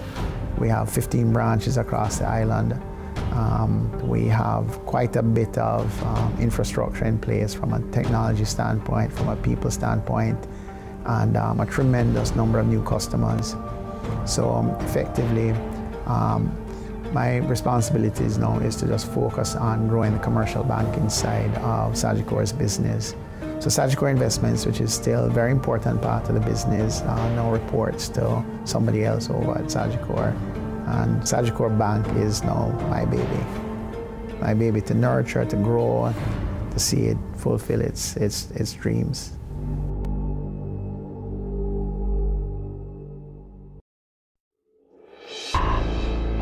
I think what's helped to make the business that I've run succeed is because we've always been able to have very good people working alongside me. So if there's any success that people are attributing to me, I just can't accept it. It really is a result of people who have been above me, beside me, and below me, who have been supporting me and working together as a team to realize the dreams that we have for the business. One of the toughest things that I've had to do is, in times when we've gone through restructurings, would be to advise people that, because of consolidations and so on, people who are very close to me, both personally and professionally, I've had to tell them that their jobs no longer exist. I think that's been the toughest part of my job. And I never shirked away from it. I think the worst thing that you can do is, if you have a good relationship with a person, is to, when that bad news has to be delivered, somebody else is delivering it. I've never been that person. I've always been the person to go and speak with that individual and share with them, why the decisions have been made, and to express my sorrow. But at the end of the day, when I'm charged with doing a job, I have to do my job. I can't compromise. I can't allow any conflict to ever supersede what's the decision that's been made and for me to execute. Sagicor acquired RBC's operations in Jamaica on June 27, 2014. That was a day of just amazing excitement. We've been focused on putting the plans in place to do three things. One is to integrate the branches. to change out the technology with a significant upgrade. And the third is communicating with our team so that they understand, where it is that we're headed, what is it that we're doing. Because I think that's really the most important thing when you go through transactions like this. This would be maybe the fourth or fifth, acquisition that we've done since I've been here. And but by far, this one is the largest and most complex, just because of the sheer size of the RBC's operations that we've acquired. The RBC opportunity came about as a result of RBC deciding that it was time for them to exit Jamaica. If you look back over the last 5-6 years of RBC's operations, they have been closing branches, consolidating their operations. They've gone through a number of layoffs. And I think, when you work in an environment like that, it's pretty tough.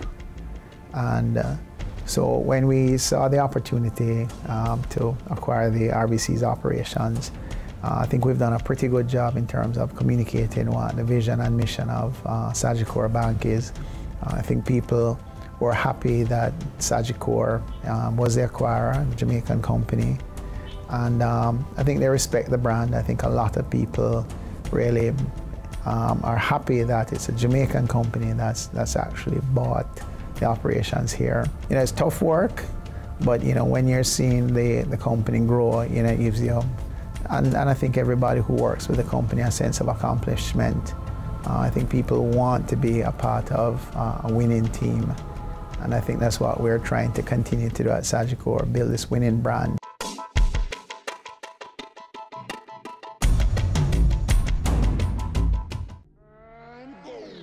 Career Moves has always explored interesting careers, highlighting all you may not have known about them. This season is no different. Coming back to Jamaica, everyone's like, Fizzy what? Fizzy who? When you find a bright boy or girl in the class and people say, what are you going to be? The parents will say, you have to go be a doctor, you have to go be a lawyer.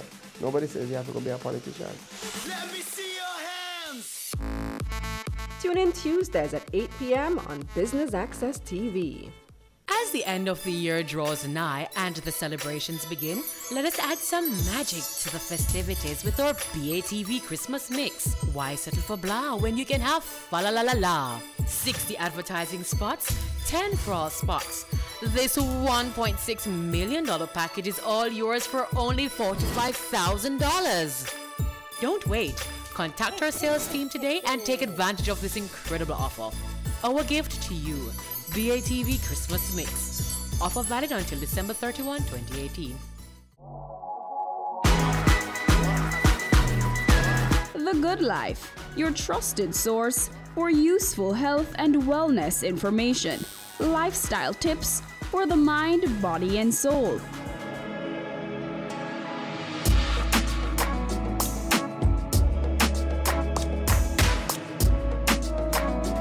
Tune in Tuesdays at 8:30 p.m. on Business Access TV. We are serious about the business of real estate, so catch Home Sweet Home Sundays at 4:30 p.m. or if you missed it, check our website at batvja.com.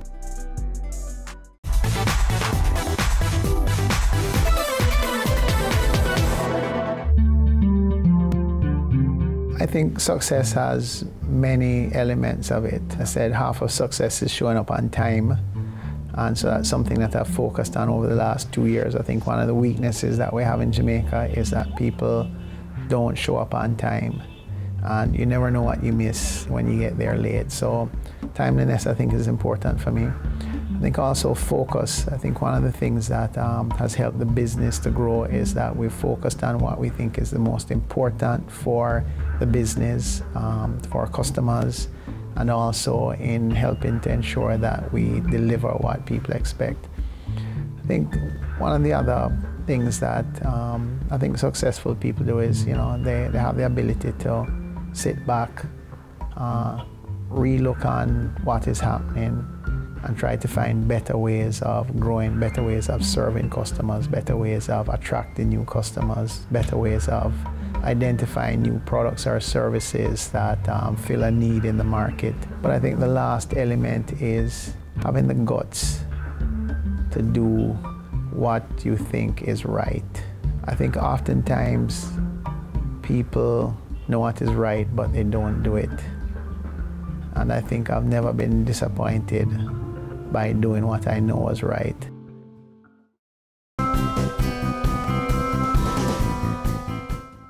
Sagicor sees itself as a good corporate citizen, and the emphasis for our corporate social responsibility is, I think of it as SHE, Sports, Health and Education. The flagship event that we have is the Sagicor Sigma Run. We had close to 25,000 people out there on the road, running really for a very good cause, which is Cornwall Regional Hospital. I think it brings a lot of pride to the group when we can mobilize so many people to focus on a single cause. I think it really shows the strength of Sagicor and how a large corporate can use its relationships that it has to help collectively make Jamaica a better place.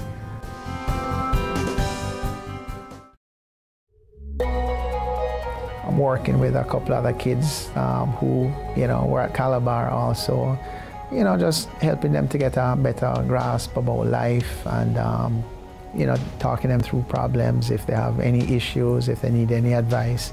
So I kind of enjoy it. I like that ability to give back both to young people, but also to people that I have a common root with, through Calabar. If everybody found 1 or 2 kids and worked with them, I think Jamaica would be a far better place.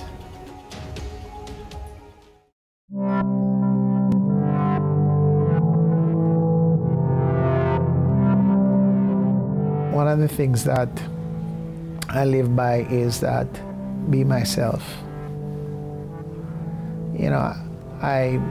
I'm myself.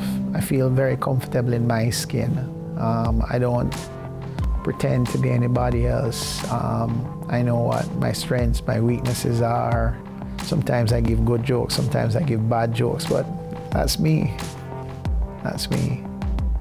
I know I have a lot of responsibility and I have a lot of authority at Sagicor Bank. But I don't see myself in many respects being any different from the people I work with. Nobody calls me Mr. Perkins. They call me DP or Perky. That's what Mr. Biles calls me. So, I feel comfortable. I don't really have any ears about me. And I think that a part of that comes from, both my parents.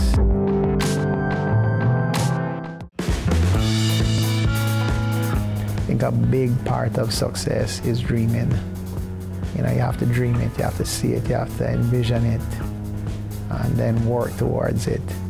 Get good people around you. You can't do it by yourself. I would say the most important lesson I've learned: to be competitive in business, you have to have stamina. And I think if you look around, people who are succeeding in many cases in business focus on 2 things, their mental health and their physical health. And I think when I look back over the last 18 months, and certainly over the last 2 decades, I think the ability to be strong, healthy has helped me, has given me the ability to work harder, longer, and without feeling that severe exhaustion that I would have had, if I were not in good health. But I think the definition of wealth has changed to me. I think when I look on what is the most important things to me now, I think it's the friendships that I have, good health, and just being able to, come to work each day, knowing that there's another challenge out there, another mountain to climb. And if I do so, I will be creating wealth for others and myself.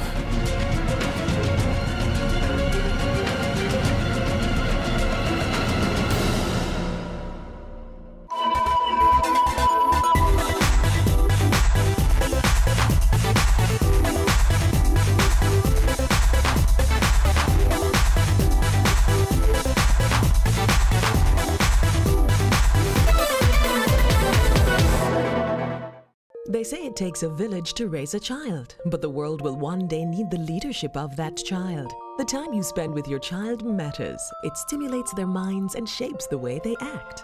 Talk with your children. Help them to better understand the world around them and to value what is truly precious. Above all, the most valuable gift you can give them is love. Play, talk, teach, love. Take the time. It makes all the difference. A message from the Parenting Helpline and Ad Council Jamaica.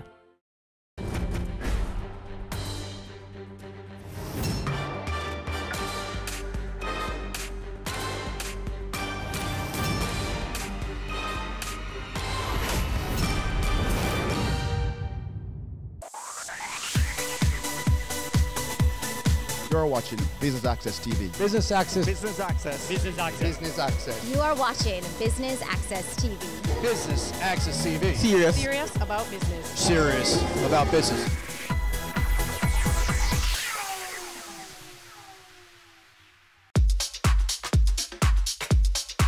It's the perfect place for professionals to be. All roads lead one way to 100 Hope Road as Creative Media and Events presents another edition of Corporate Mingle, networking with a purpose. Join us here on Business Access TV for the highlights.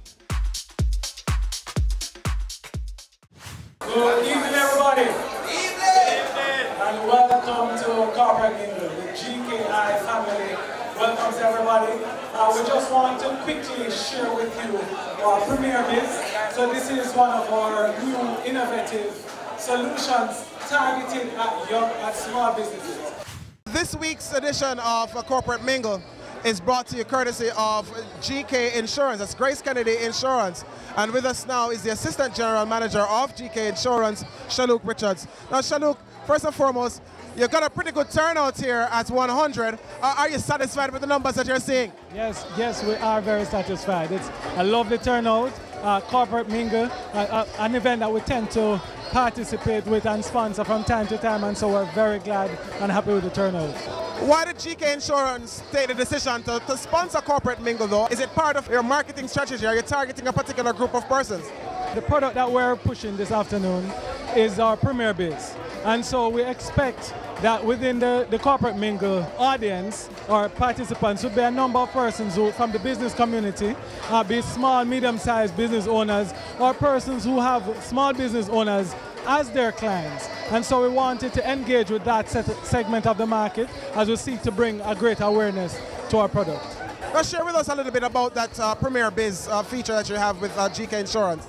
Sure, so Premier Biz is a product that we've put together for specifically geared at the small and medium-sized entities. Now, it's an umbrella product, so instead of having to get individual insurance for the various classes that a business owner would normally need, we've put it together in one package for the business owner. And so we're talking about a combination of 7 different coverages. So we're talking about your business, so that there's a property coverage, the loss of money, employer's liability, public liability, goods in transit, personal accident. So we have a number of cover that is put together under this one umbrella so that the business owner has all the insurance coverage that they need without having to work it out for themselves. So the obvious question is, would getting a package from their Premier Biz package, would that save a business money? Definitely. One, it would save the small and medium-sized entities, save their money, but it will also provide them some coverage that sometimes they would not normally would have gone for as a small and a medium-sized entity. And so it's also looking after the best interest of the client and not just about the saving alone, but also how do we add value to the small business owner. As a small business owner, would I be able to reduce the areas of coverage? So you made mention of, like, for example, like goods in transit. What if my business is around offering a service, so I don't necessarily have goods in transit? Can I say, hey, Premier Biz, I don't need the goods in transit bit. Can you tailor something specifically for me? And I'm glad that you asked that, because especially the goods in transit is really specific to the nature of the business. And so yes, there's an opportunity to customize in relation to also increasing the limits. So let's say, for example, the amount of money that you manage is not at the standard limit that we have in the policy, and you want to increase that limit, we also allow you to increase that limit as well. So there are a lot of flexibility built in the design of the product. So we're still here at Corporate Mingle, sponsored of course by GK Insurance, and we're speaking with Shaluk Richards, and he's the Assistant General Manager. Shaluk, so you're here at Corporate Mingle, you're sharing this information, we know we can find it online, but what's the next step for you in terms of where next are you touching to really reach out to those small businesses?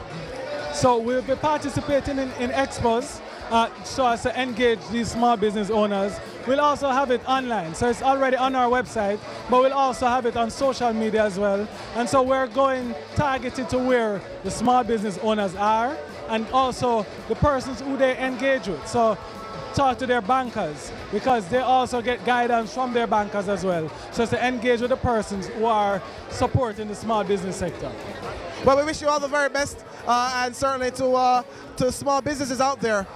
Give GK Insurance a call. Visit them online at gkinsurance.com and find out about Premier Biz. You're watching Corporate Mingle right here on Business Access TV, serious about business.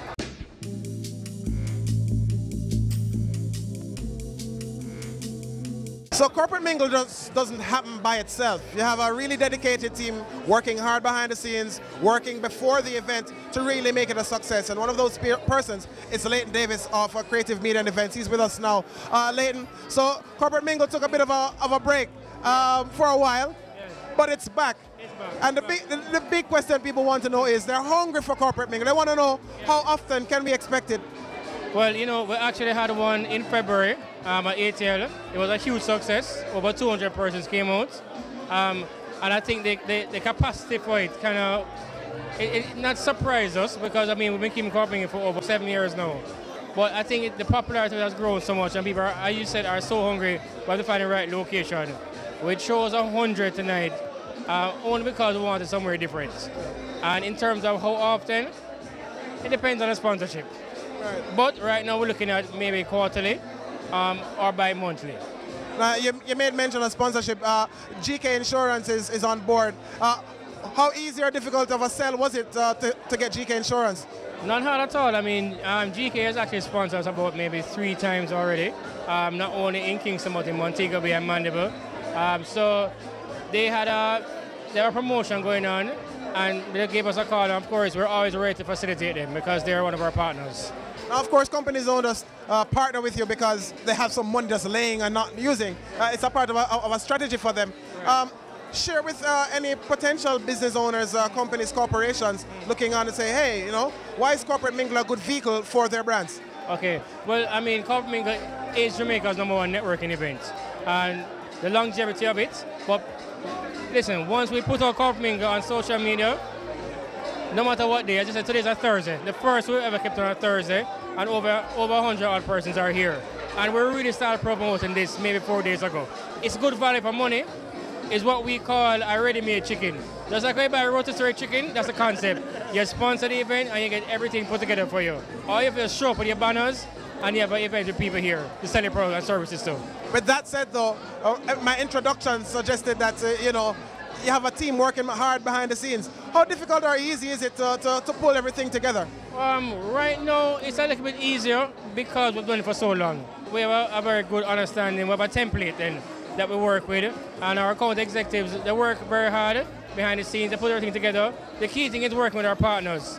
So because it was the first time at 100, negotiating with them the terms and deals might have been the hardest part, but once we got over that hurdle, we're good to go.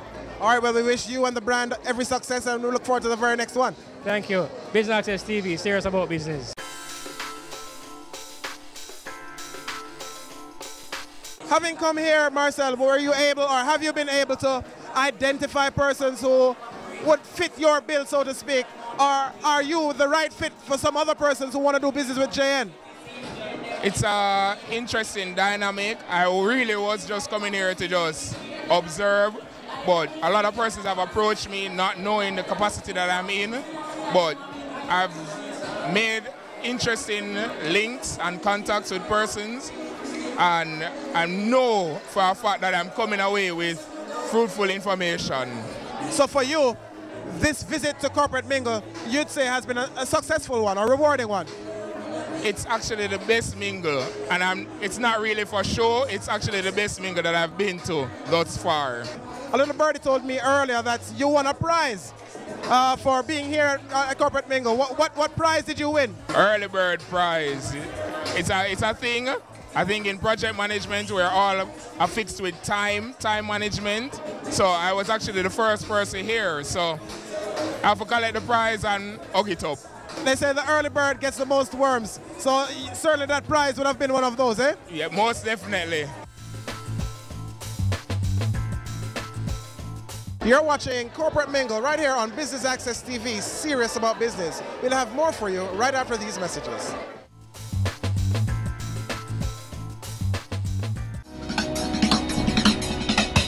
Cameo brings the creative industries to life.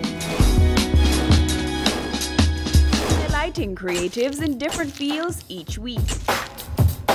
Art. My life runs art. I breathe, I eat art. Fashion. Food. Without a customer, we're nothing but four walls. Music. Film. Cameo, only on Business Access TV.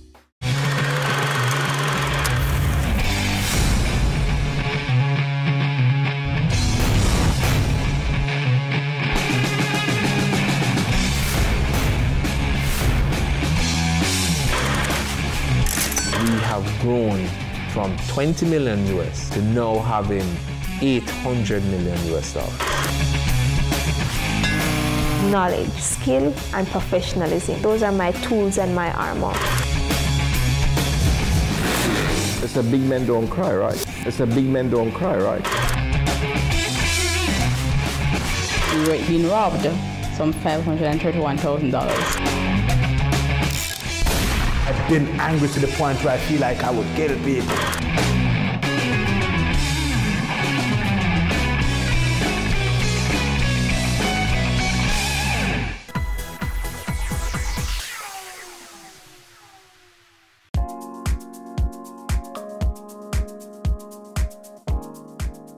Welcome back to our coverage of Corporate Mingle here at 100. That's 100 Hope Road. With us now is Alexis Chin, and she's a marketing manager.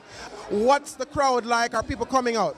The crowd is amazing. I mean, we have everybody here. We have, of course, Jamaicans that just take over the sports lounge. So much so that we've opened up the terrace for lunchtime here. We have drink specials, and the feedback is really amazing, and we're just loving the vibe from everybody.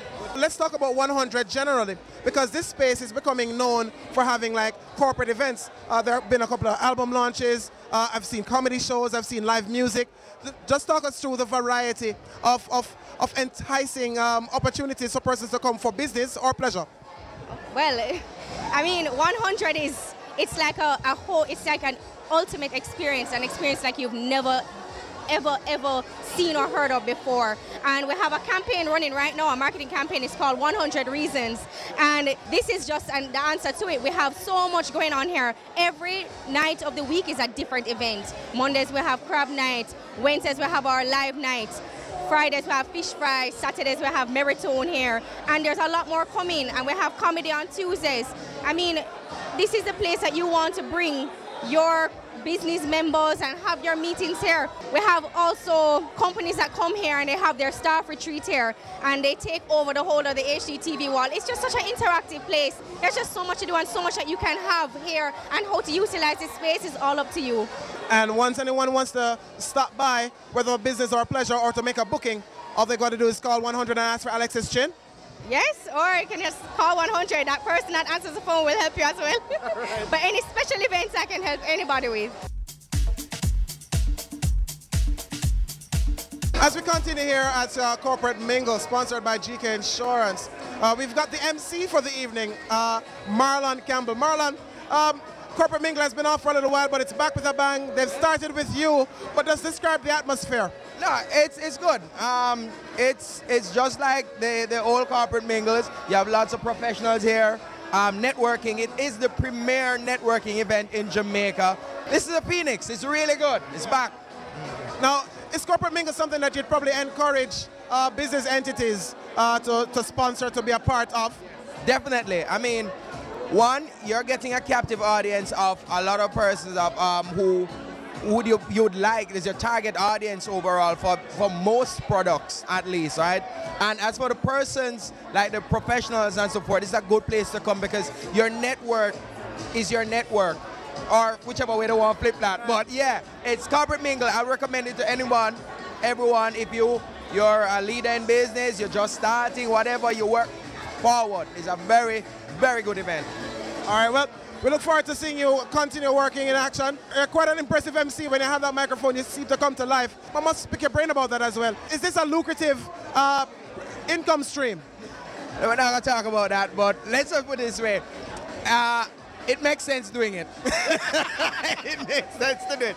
And you know, I always tell people that I'm the antidote for a boring event. So if you want your event to have some fun and you want your event to be lively, call me. I won't let you down in that area. But yeah, an event like this is easy to MC, really.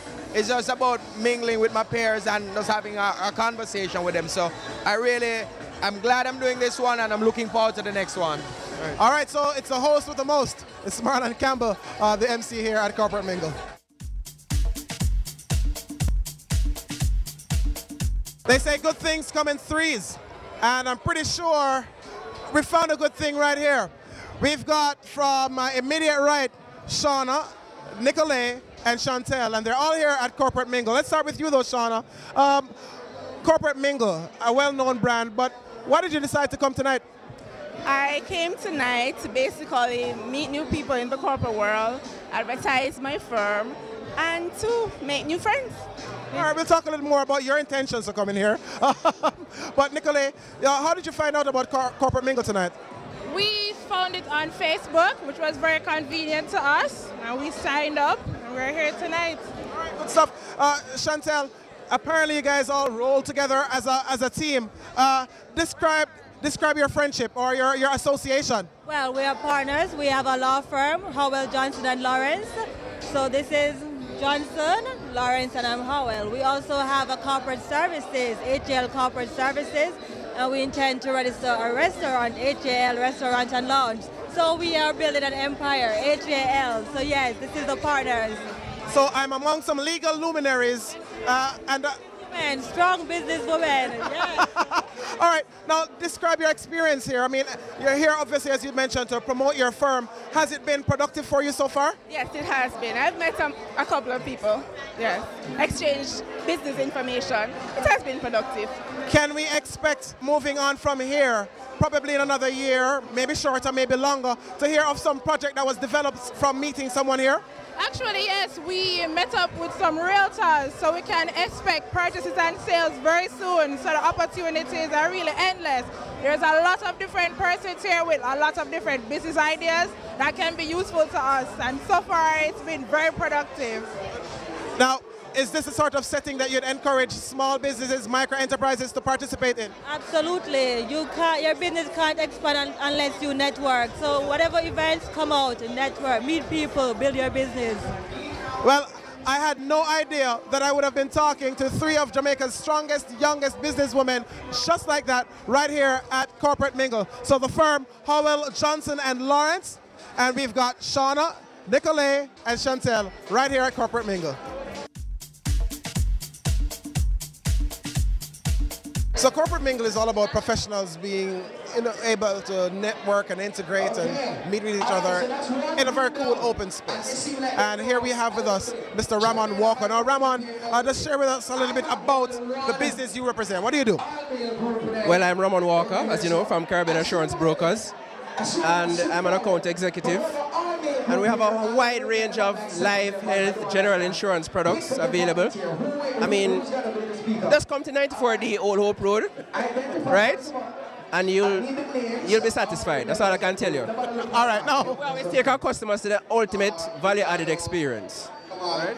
That's what you call a shameless plug. But let's talk about but Ramon, if you're into insurance, then a setting like Corporate Mingle is a natural place for you to want to be. Yes, excellent, excellent. You know, because you're a lot of nice people here, you know. We're mingling, you know, making contacts. Whether you're building your brand, you're promoting your business, or you're linking up with a friend, you know, an associate. Have you been able to do business as a result of attending Corporate Mingle?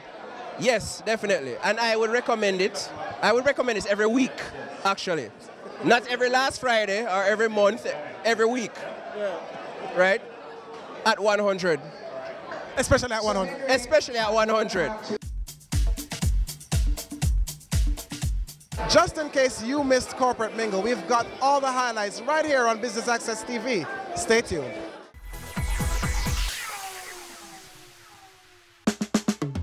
Caring Hands Season 3 continues to effect change in a changing environment. Many of us were raised by grandmothers, right? So, I mean, we know the wisdom that these people have. Going beyond business. The little leaders of today are our leaders of tomorrow. And with the proper education, we'll have very good leadership coming from that. That's Season 3 of Caring Hands, creating change and shaping lives, every Sunday at 5:30 p.m. on Business Access TV. Stay current and gain more information on the ever-evolving industry of real estate on Home Sweet Home, Sundays at 4:30 p.m. on Business Access TV.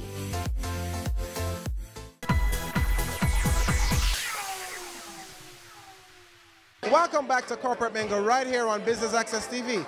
Let's take a look at some of what you would have missed just in case you weren't here.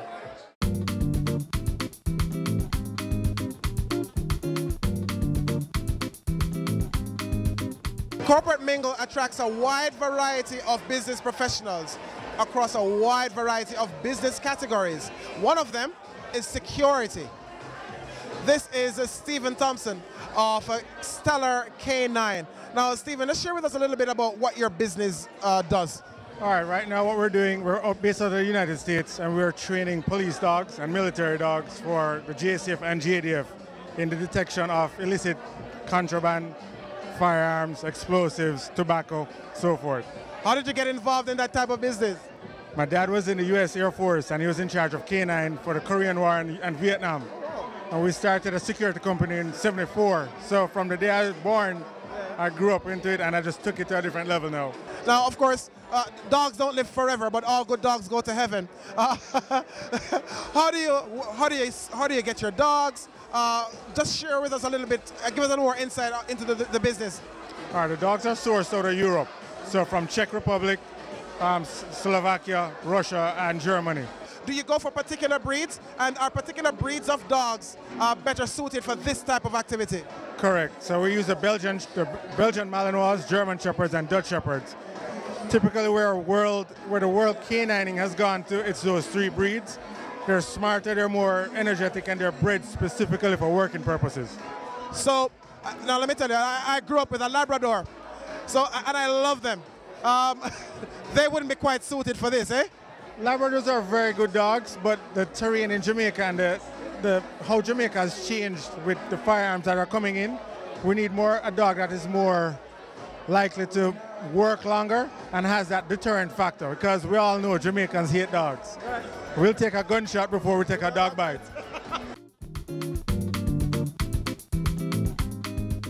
As we continue here at Corporate Mingle, we're catching up with another young professional who has just come to meet, mix, and interact. With us now is Sarah Lou Walker. Sarah Lou, just share with us a little bit about what you do. Okay, so I'm a paralegal assistant, and I work at a real estate law firm, and I run my own non-profit organization called the Angelic Ladies Society, where we offer empowerment, mentorship, and social enrichment sessions for the girls inside South Camp Rehabilitation Center. All right, now you're here at Corporate Mingle. Why did you choose to attend?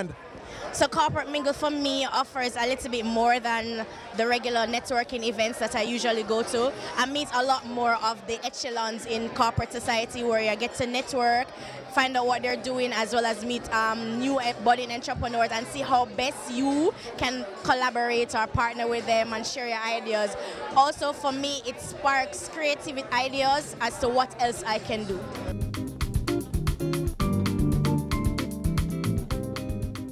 Corporate Mingle has got to be the only event, the only networking event where you can come, interact with professionals, and also, well, get a massage. We're standing now with Nayoka Smiley of Adam and Eve Day Spa. You've got Amelia and O'Neill working. Why did you choose to come into the middle of this networking session to do massages? Well, Adam and Eve understands the importance of brand recognition. We know that we have to place our brand in strategic position in order to get market share. And so therefore, everywhere you can find Adam and Eve Day Spa will pop up and offer complimentary services because it's important. Are you suggesting to me, Nayoka, that a business could probably call Adam and Eve Day Spa and go, hey, listen, we've got some stressed out people in our office. Could you come for 4 hours, 5 hours, and just take them through some nice massages to kind of relieve a little stress? Certainly. We not only offer services in the spa, we do house calls, we do office visits. So if it is that you have a company, you have stressed staff, you can call us, we come all over, set up, and give your staff the massages.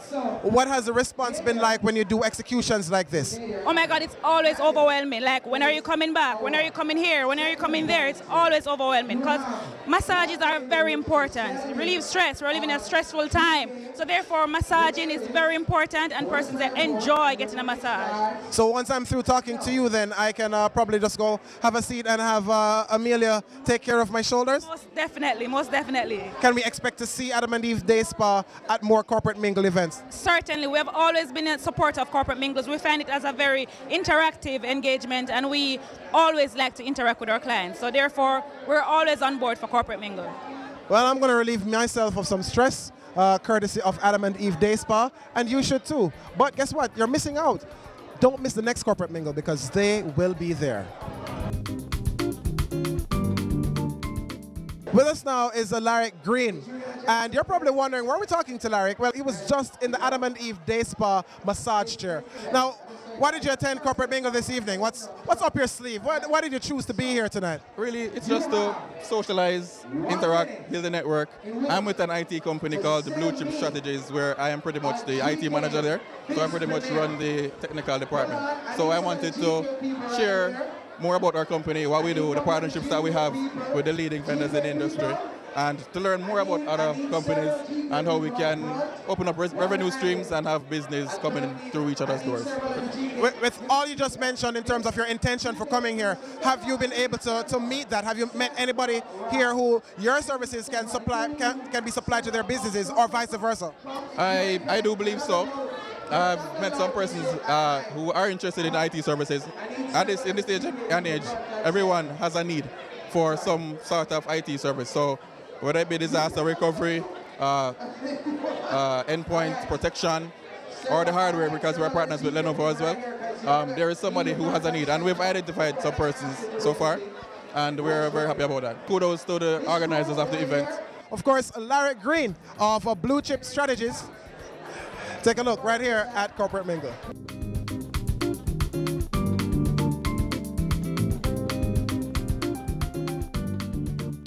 What type of business are you in? We're in graphic designing and printing. What's the name of your company? Crystal Cameron Designs. Graphic design is our niche product, and we specialize in interactive designs. So we're not just your regular graphic designer. We actually are targeting clients who wants to do email marketing on campaigns and want everything. So our newest product is eSavvy, and our tagline for that is designs that click. Yeah, I like the use of that pun. Have you been able, since being here this evening, to secure clients or persons who are at least interested in following up with you? Yes, we have been able to secure people who are interested in looking at our products and see if there are any opportunities. And let me ask the flip side of that. Have you met anyone who can help your business to expand? Absolutely. We have met people who I can see that going down the road, these are useful people that we can use to grow our business. Awesome. So we've done all this business bit. Let's get into the pleasure side of things, because you were just in a chair just now. Describe your experience in that Adam and Eve Day Spa chair. The experience has left me sitting the interview out, and my body is so relaxed. I don't know if your viewers can see the glisten, the glow. And to see this is not tired by any chance. This is just a great sense of relaxation that has come over my body. O'Neill, who was my masseuse, He's like the massage whisperer.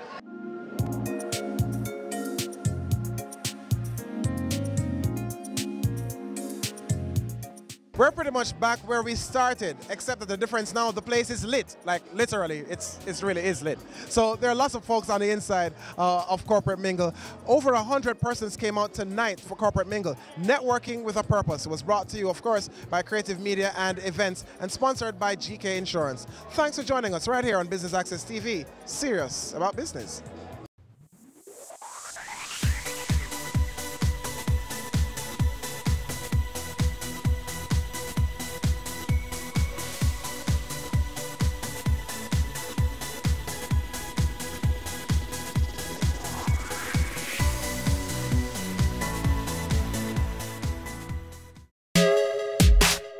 My name is Christella Harris, and you're watching Business Access TV.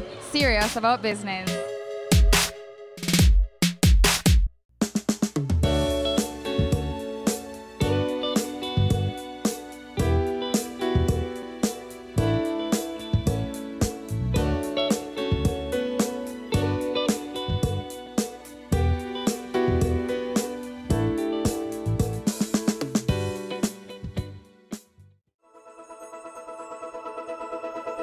The National Baking Company gave birth to the National Baking Company Foundation, NBCF, which is a brainchild of businessman and philanthropist Gary Butch Hendrickson, signaling a new dawn, a new day. Change has come for our nation's children, our future generation. The foundation was launched in 2015 to further strengthen the company's philanthropic efforts. It supports numerous organizations including Lost Street Trade Training Center, Mustard Seed Communities, Food for the Poor, St. Patrick's Foundation, and the Union Gardens Basic School. Now, the foundation has launched its Little Leaders program in early childhood schools island-wide.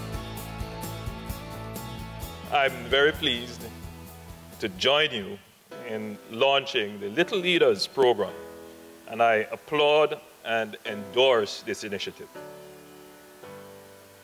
Education has always been, for me, a partnership exercise. No matter how much money we spend from the national budget, we still need to spend more. It is the most valuable and rewarding investment that any country or any company, for that matter, can make. This is another year of a dream coming true for us. This is part of something that I think we get involved with emotionally in the company. I personally think it's the best thing that I have ever done, having this initiative. I do believe, and I continue to believe, that unless we can educate our children, we're just dooming them to a future of a percentage of what they could become. And that's the basis on which I do this. Butch has long been a very serious advocate for early childhood education. And it emerged from a Crayons Count initiative that he was involved in for about 4 years. And it morphed into the Future Leaders arrangement.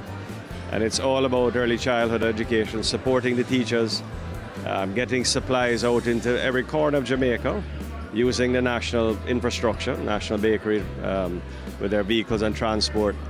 And it's really all about getting the sort of 3 to 6 minds at that early stage and giving them the teaching and learning aids. The Little Leaders program will ensure that all institutions registered with the Early Childhood Commission, ECC, will receive learning kits. It's an early childhood initiative where we have been distributing kits to approximately 2,500 schools across the island, right throughout the island. This is the first year for Little Leaders, but it's the 4th year for National being on board with this kind of initiative. We are packing approximately 3,500 boxes. Some schools will receive A and B boxes depending on their size, and some schools will receive A boxes. the schools will come to various centers in the corporate area and collect their boxes. So our team of volunteers will go out again and ensure that each school receives their kits, they sign for their kits, and then they collect their kits. And basically they're on their way after that. We traverse as far as Portland to Hanover, delivering boxes right through the island. This is one of the biggest initiatives for the foundation. We took it on, well, it was still under the Crayons Count brand. National has taken it on themselves to rebrand it and call it Little Leaders. The Crayons Count brand is going global. They want to go worldwide. National is keeping it local and trying to cover our needs in Jamaica before we try and help otherwise.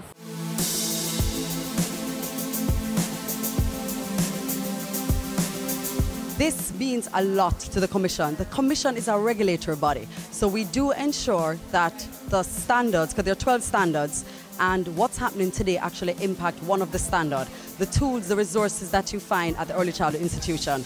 This creates equality among all our children. So whether you're in Morant Bay or you're at the Newville Point, as we often speak about, whether middle class, upper class, poor, everyone, it equalizes. Every child has the ability to have a Play-Doh. Every child has the same equipment being in that institution. So whether it's a prep school or it's a public school, you're having the same tool that enhances, and it does a lot for early stimulation. Because our children, kids learn differently. You need standardized toys. This is what National has done. We thank them. We wish they continue. We hope and we encourage more corporates to come on board, because we have to get it right there. Our little ones, we have to stimulate them from early. And once you have a good, very strong foundation, you see the benefits. It translates to primary, then to secondary. And like I said, the best investment is at that age. And if we get it right, we have a better society. So we're very happy for this. We thank them. We actually want more because, again, I like to say, a government will never be able to provide all the resources. So we welcome corporate sponsorship, and that's why we're very happy for what National is doing today. And also to their staff, the involvement of their staff, that is quite commendable. What we're experiencing today, the staff members are out and they are doing the work. It speaks volume. It speaks to their commitment to a better Jamaica. And again, as Chairman of the Early Childhood Commission, we thank everyone, we appreciate, and we always say this, we always want more. We're happy for our children, for a better Jamaica. As the portfolio minister, let me tell you, this is music to my ears. For you to have a corporate entity giving back so much to Jamaica. This is the foundation of the education system to start our children right. And you know, I say so often that we have so many vulnerable children, so many vulnerable homes, a lot of poor parents who can't afford the necessary educational material to ensure that their children are well stimulated in their education journey correct. This is a fantastic amount of commitment and monetary investment in Jamaica's education system and the future of our children. And we are extremely happy, we are very proud, we are very grateful, and our commitment is to ensure that we work with this company and the other stakeholders, and of course the many ECIs, the over 2,500 ECIs that have been targeted across Jamaica, to make sure that our children benefit from this investment and that Jamaica's education system will be second to none in the world. Coming up on Caring Hands. We're just trying to get them off on the right step, while they are the future. Having a corporate event, seminar, awards show, conference, product launch, workshop or expo? Business Access TV is here to showcase your event. Contact our sales department at 908-0919, 906-6357 or 908-2775 for more information. Business Access TV, serious about business. This is Weekend Business Report. Economic windfall. Unsecured loans. Alleged corruption. Follows the closure. If they made this investment. Brokers strive to increase revenues. He sought some answers. Financial meltdown. Here are the week's final. Here's Garth. News Roundup. Camille, it's back to you. That's Weekend Business Report with me, Keneal Gale. Saturdays and Sundays. As the end of the year draws nigh and the celebrations begin, let us add some magic to the festivities with our BATV Christmas mix. Why settle for blah when you can have fa-la-la-la-la? 60 advertising spots, 10 crawl spots. This $1.6 million package is all yours for only $45,000. Don't wait. Contact our sales team today and take advantage of this incredible offer. Our gift to you. BATV Christmas Mix. Offer valid until December 31, 2018. Business current affairs you can relate to. Frank, credible discussion. On point. With Kalila Reynolds and Dennis Chung. Dissecting the issues. Offering solutions to Jamaica's challenges. On point. Thursdays at 8 p.m. on Business Access TV.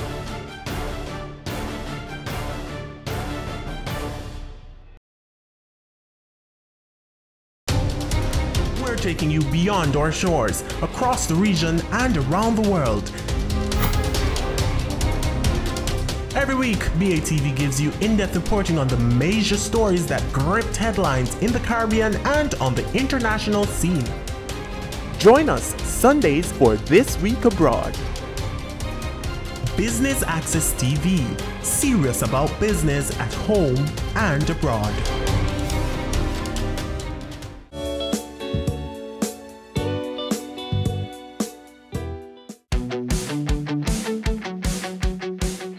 These Little Leader learning kits are packed at the National Bakery Warehouse, where volunteers with an aim to serve come together for the mission that will change the lives of our nation's children.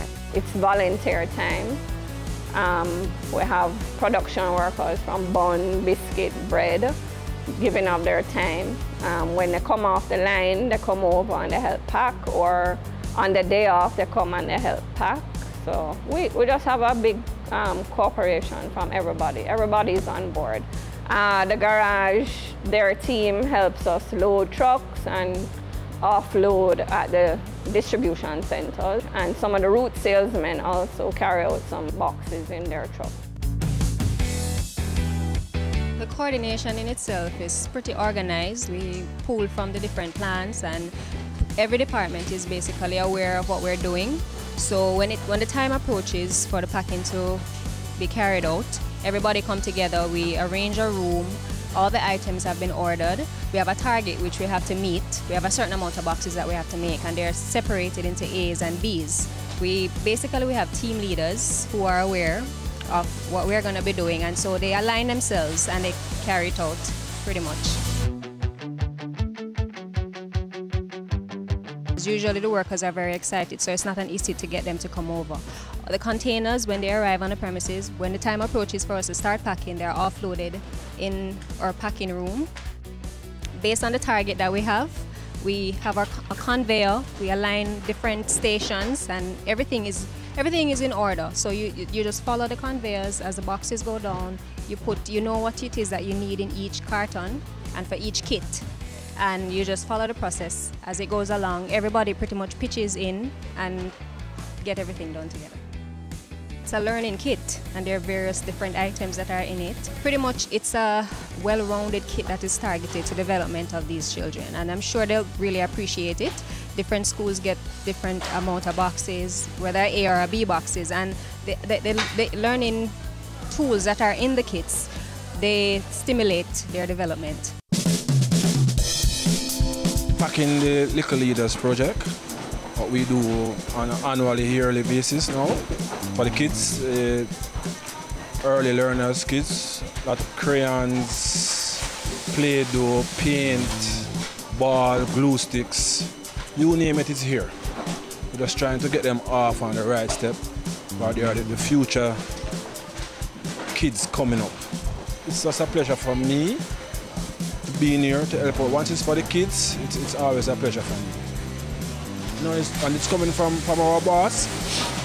You know, he's inspired and he's doing this for the kids, and it's coming from him. We just all have to chip in. And so it's been a pleasure.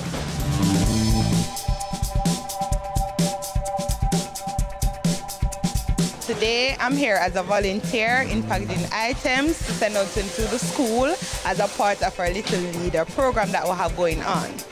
This is my first time as a volunteer. I've always known about this project that the company has always been doing, and I'm very proud to be a part of it. I've always been a person who purchases national products, and I've always seen the branding on the products that they sell. For example, the bread, they always have a sticker across it. So I've always been interested and wanted to know what this was about, and then I read up about it. So to be here working and being a part of this, I'm very proud. I think it's a great thing that a company is doing for our community and the schools in our country. A lot of children have the potential, but they don't have the backing behind us. So for a company to be offering something like this, I think it's a great initiative on behalf of the less fortunate. I'm here since Grand Count, and now it's Little Leaders. It's fun being here, packing the box and all of that. Trust me, the box alone, from them seat, the fun is here. Not to mention when them open the box, because there's a lot of stuff, as you can see on the table.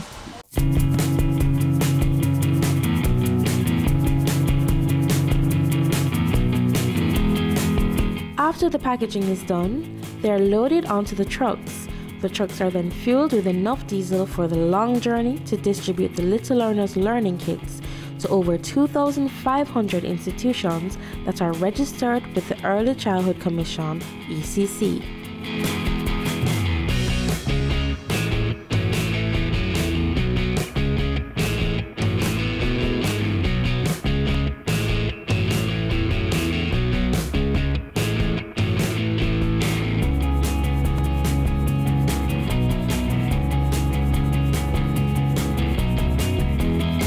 Upon arrival at their destination, the Little Leaders team prepared themselves for the day's events. A queue is then formed where persons verify the name of their institution, after which they are given a card that is indicative of how many packages they will receive.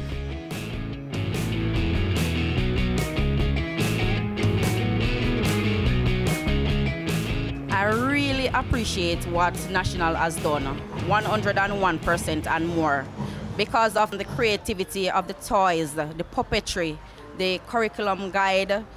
It works with the material they have given us, and it really enhances the children learning, because some of the things that we never thought of, it was given to us so easy that we could use the material to prepare our lesson for the day. So I just want to say, big up to National. Thank you very, very much, National. We really appreciate everything that you have done, and continue to go out and give back to the school, and one love, and God bless all the National family. They're very effective because they help to enhance the children's learning, and I like the quality of the products because they are very children friendly, and the children work well with them. I just want to say a big thanks to National for considering the early childhood education. I just want to say to them, continue to keep up the good work because they are doing great to the children of our society. May God continue to bless them. My school is Marleymount Primary and Infant School. I'm here this morning picking up the boxes from the National. I have 6 boxes here. The reason is because we have over 285 students at school, and so we have enough resources for them, to use. And yearly we come and we collect these boxes. The students use them immensely. They enjoy them, especially the Play-Doh, the crayons. They make stuff. We use puppets to teach our lessons in whatever over, especially we have puppets like the doctor, the nurse, the firefighter and so on, and the teachers use those puppets to help to enhance their lessons and so on. Thank you, National Company, for what you're doing, and we hope that you continue to do this venture. It is really helping us out, because you know, when teachers have to find these things out of their pockets, you know, to help out with their classroom, and to see that what they are doing for us, you know, free of cost, we're entirely grateful for the help that we're getting. And I'm going to encourage the parents out there and the wider Jamaica to continue to support National Company in buying their products so that they can continue to support our schools. I'm from the Blue Old Basic School in St. Catherine, up in the hills, cool hills of St. Catherine. And I'm here to collect my box from National. And I want to say thanks to them. The children are very excited about the playthings in the box. And this time, I believe they will be more excited for what they are getting. I'm from Police Spring Basic School, which is situated at 44 Marley Gardens. And I'm thankful to National for giving us this wonderful gift to these children. They are so excited about these gifts. This is my second time collecting from National, and I do thank you.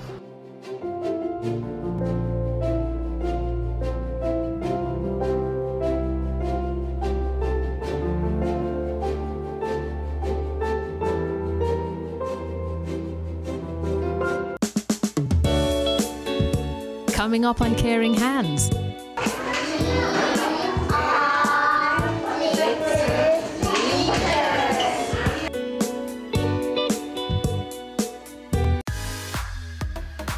It's the only show that traces the steps of professionals. From first and second form, I was involved in some club, some activity. Then gives information on exactly how to get into that same career.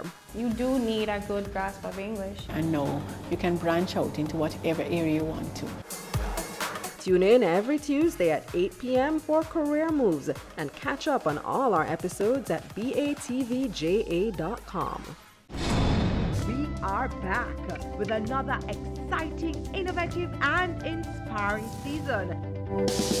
It takes a lot of stick-to-itiveness, being consistent and persistent in whatever you're doing. That's the bottom line. Business exists to add value to people's lives. And if we're not doing that, might as well we lock down the store and just call it a day.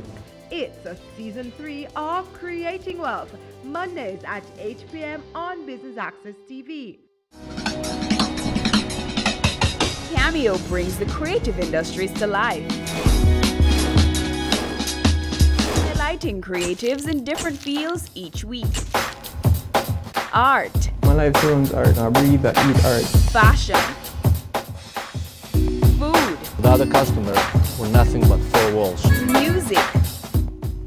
Film. Cameo, only on Business Access TV. There's only one recommendation for funding that is ever going to come from me, and that is funding from a bank. This is the cost to build, and it includes every nail and screw for the building. Our motto is building communities, building a nation. Get in the know with the world of real estate with Business Access TV's Home Sweet Home, Sundays at 4:30 p.m.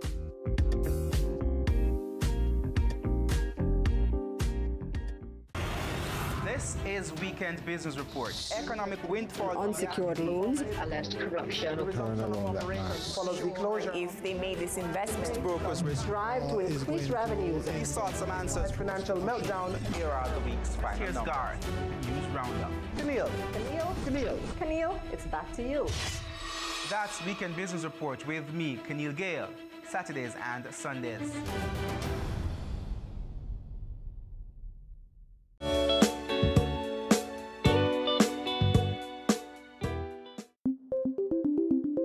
The parish of Clarendon was another of several delivery stops for the Little Leaders. Welcome to Kellits.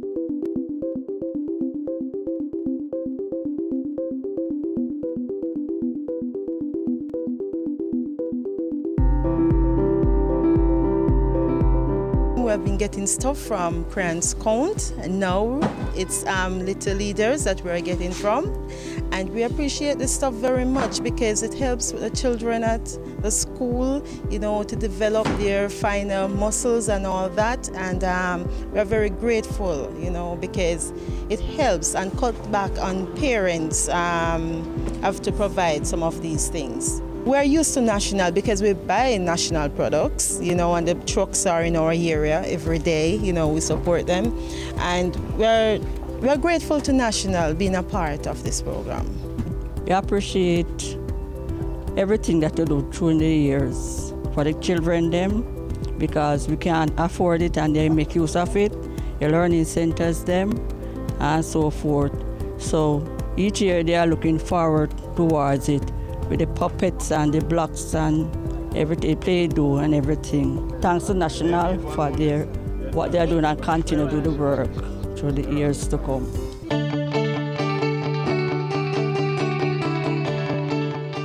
Next up was Chapeltown, a market town in the parish.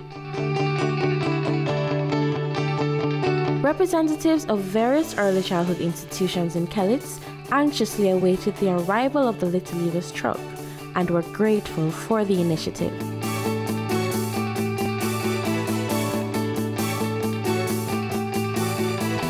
And we appreciate you very much and for the work that you are doing all across the island for our basic schools. And each year you come, you give us more and more, and we appreciate it, because if it was left to us, we could not buy them to cater for the children. So we appreciate it a whole lot, and continue with your work. May God bless you richly. And the children like it too. They are in them. You have to, you know, shift them around, and you know, they enjoy them. They're very grateful for them as well, parents as well. So I want to say thank you again over the years for what you're all doing for the early childhood. The National Company and the Little Leaders Group, I just want to say thank you and continue to do the work that you are doing, because you're not only helping the children now, but in future they'll be better citizens. And I thank you. The Augusttown SDA Basic School is one out of the 2,500 schools that have benefited from the Little Leaders initiative.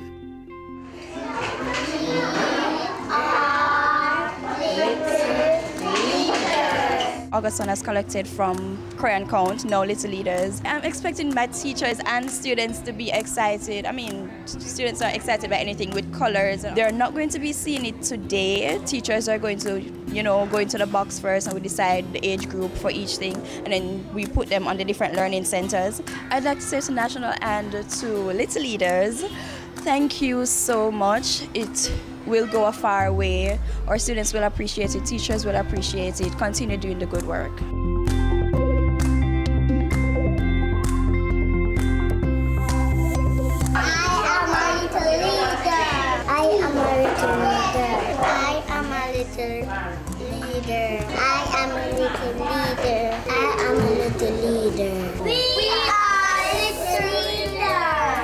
I think Little Leaders of today are our leaders of tomorrow.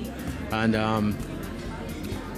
with the proper education, we'll have very good leadership coming from that. The National Baking Company Foundation has touched the hearts of many, making the impossible possible, and in the words of the National Baking Company Foundation CEO, Gary Butch Hendrickson, who made all this possible along with his hardworking staff,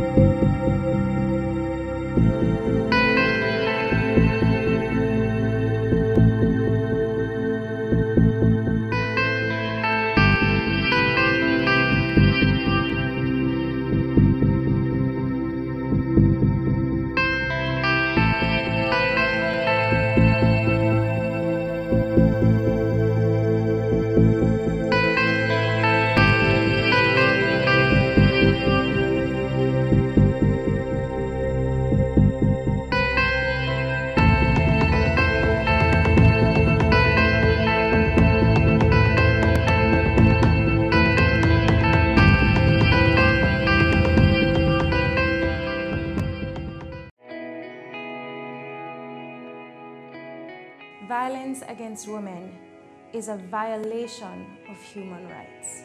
Its impact ranges from immediate to long-term physical, mental, and sexual consequences, sometimes resulting in death. It negatively impacts women's general well-being and can prevent us from fully participating in society. Be a better human being. No more violence against women. No more.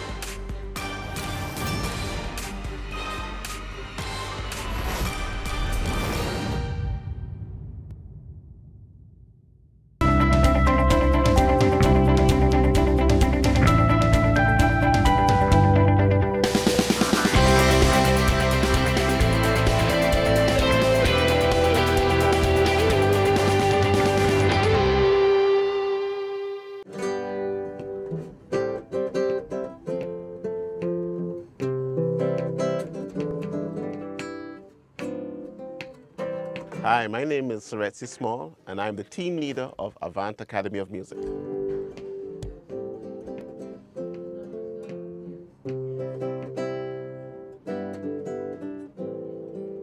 I've always wanted to have a music school.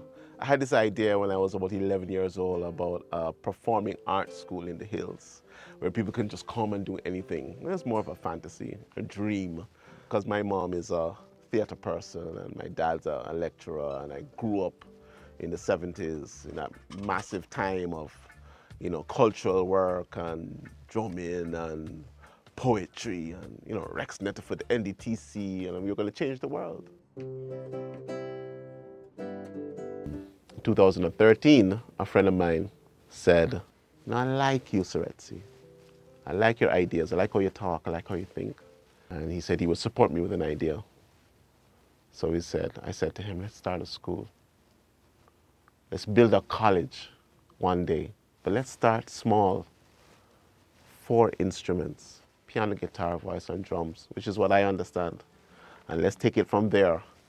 And let's build a school that has 2 pillars.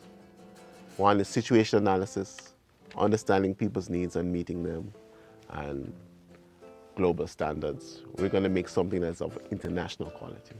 And he said, yes, let's do it. He started in Cannonball Cafe, really, because I would sit there and my 2 assistants, and we'd go on the internet, Facebook and so on, and just get the word out. Well, what we offer here at Avant Academy of Music is one-on-one personalized lessons. The idea is, let us know what you want to achieve. What is it that you want to learn to do?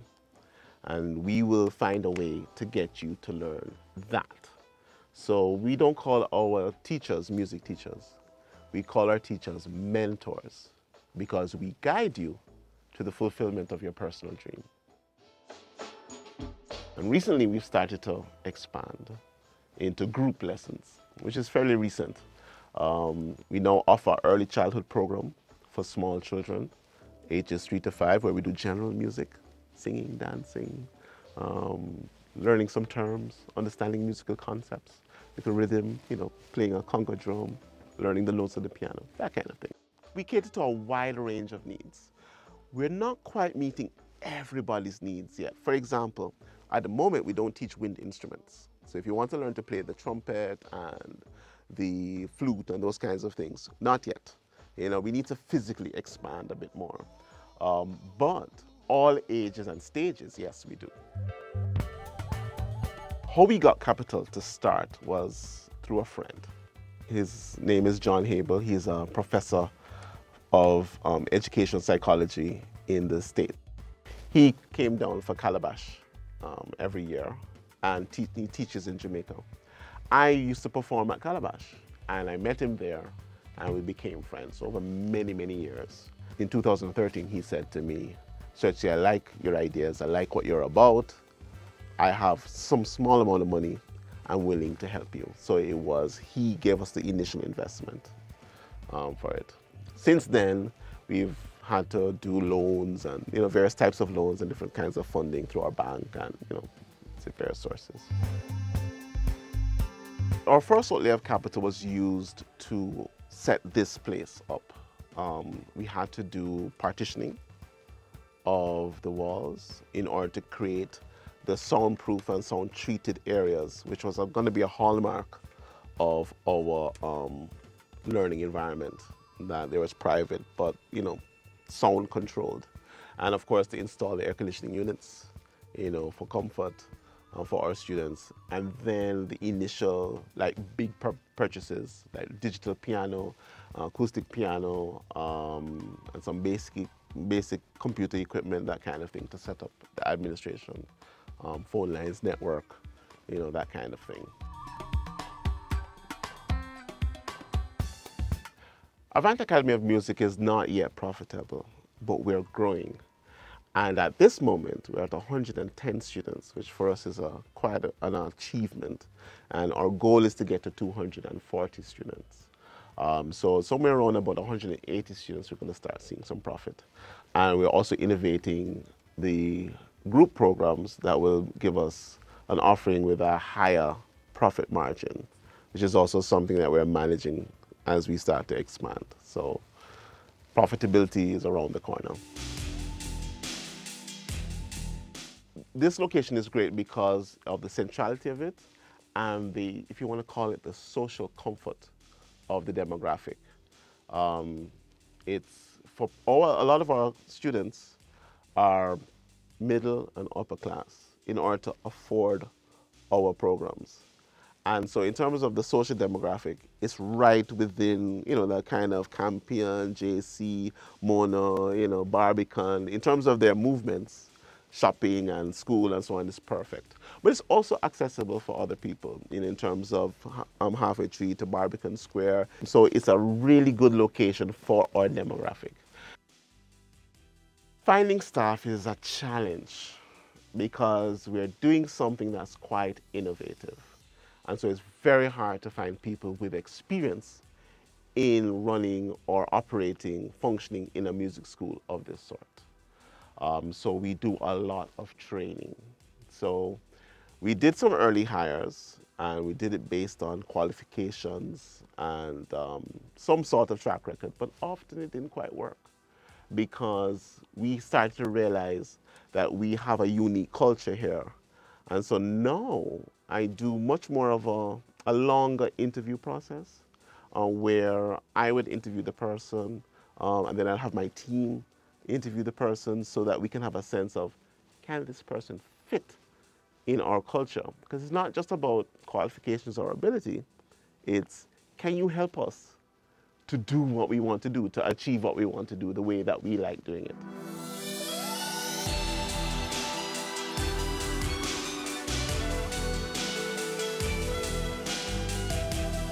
Our culture here at Avant Academy is very collaborative. We're small, and so we like to keep it nimble.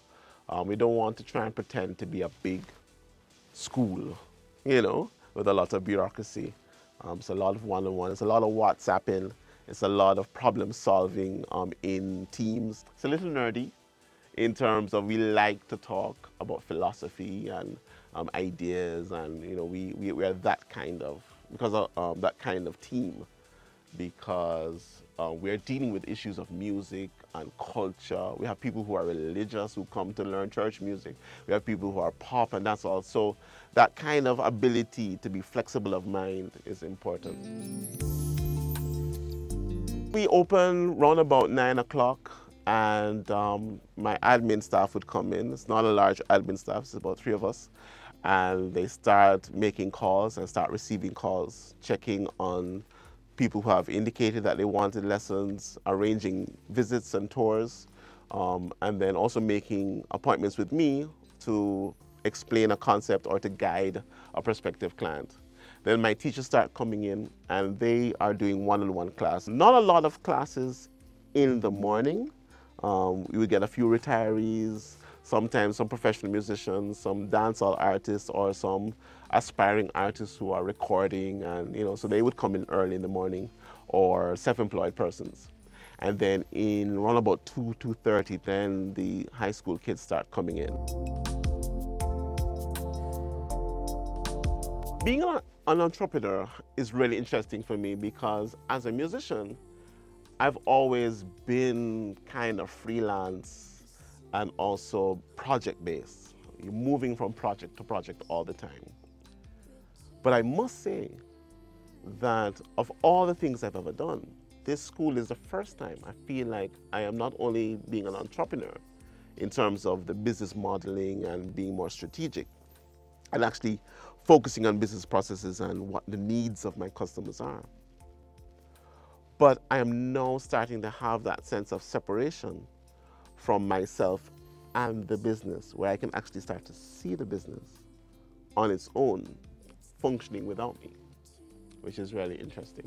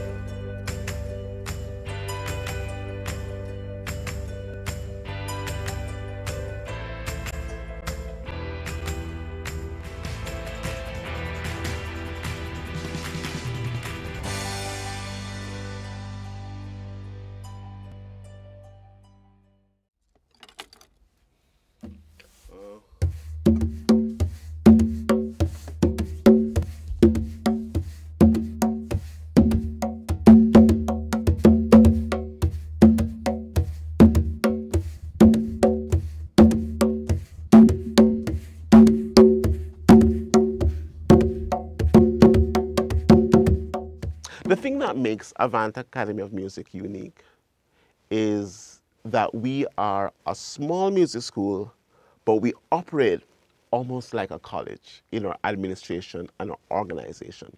In terms of generating new ideas, I find that listening to my clients is always key. Like, I try to assume that I am not the best client. My clients are not like me. My clients are not the kind of person who would practice for 12 hours a day and throw their life away for music. They're not that kind of person. We need to be very aware of what our clients' needs are. So I spend time talking to my parents, to my customers, and asking them what's important to them. And then out of that comes the ideas for meeting the needs. In building our customer base, we really focus on the simple idea of meeting needs and developing on that idea.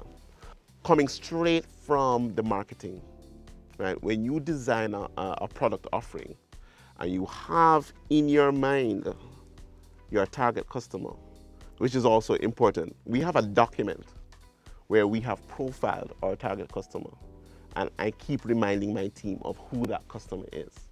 You have to learn in your audition process to always be seeking the right customer, right? And to maintain the relationship with your customer through good processes, good customer service, effective programs. And if you're wrong, say you're wrong quickly and make recompense as fast as you can. Most of the challenges that we have faced have been centered on my own abilities as a leader. For example, hiring staff, making the right choices. Sometimes you see somebody, you think, oh, that'll be a good person, and you make that choice. And then you make the wrong choice, and then you have to let them go. And then you have months of a slot that's not functioning or absent, I went through a period where I had to let 2 people go. And I was holding everything together with 2 hands, like with duct tape, you know. I think like a lot of businesses, cash flow management is a biggie.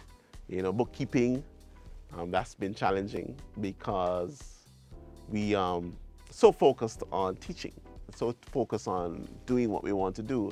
Sometimes we let these things slide. Some of the failures that we've had have been with projections. Sometimes you project a financial performance and you don't put enough resources in place to meet that performance. You have this idea, it's, oh, we're gonna achieve so and so and so, so. But you don't necessarily think in detail how that is gonna happen financially. And being a music educator, you get caught up in the music education and not the business. And that has caused us severe distress at times, especially in cash flow and paying bills. In terms of managing mistakes and damage control, I'm still learning. Risk management is something that we are getting used to, you know. We have a strategic document, and we try to forecast what the possible risks are, and I try to speak about risk all the time. Like, don't tell me what can go right, you know, tell me what can go wrong and what systems can we put into place for that. And we're still, you know, developing those skills. In terms of growth strategies, right now we're investing a lot in our people. I think that everything that we're going to be focused on, well, that we will be able to achieve, is going to be based on having the right leadership and the right people in place. So I spend quite a bit of time making sure my people are certified and that they're being trained. And we're investing in technology and in software, apps and so on, so that we have the capacity for curriculum development.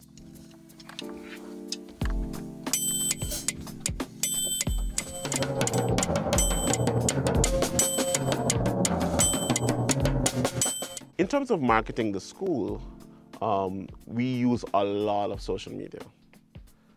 Facebook for sure.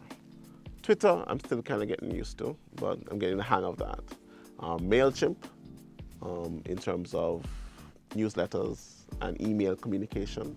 And then in terms of hardcore advertising, we spent quite a bit of time in the newspapers, doing newspaper ads, especially on a Sunday, because we found that, you know, our target customer, you know, would read the Sunday paper. Sunday and Monday, you know, because again, women, you know, we tend to focus on. And then we also do TV ads. We're doing some really low budget TV ads in the classifieds, which has kind of worked for us. And as the school is growing now, we're actually trying to see if we can get more mainstream with TV. We've done some movies, like the cinema ads. And that kind of works for our summer program, because we have a summer program that when the kids are out doing movies, you know, watching movies, you know, we try to get in front of them. And then one of the most effective things that we do for marketing is direct marketing. Take a table, 2 chairs, go to an event, go to a school, go to an assembly with flyers and a sign-up sheet and give away free lessons. So like say, come and take a sample, you know, and then we bring them in here and sell it to them. You know, if they like the free lesson, then they sign up for more. And we also have gift certificates, which is also a kind of cool way, a part of our direct marketing.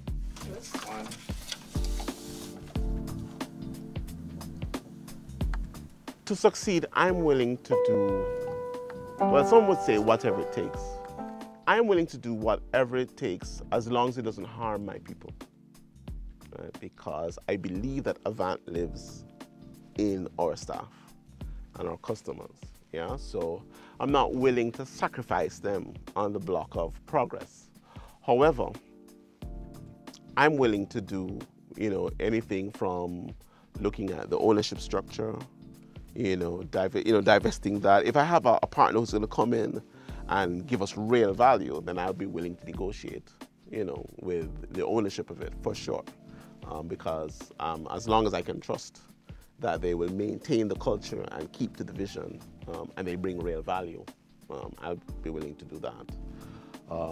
I'm willing to put in as many hours, and I've already sacrificed. My family has sacrificed a lot already. And so it's kind of hard to turn back now, after so much sacrifice.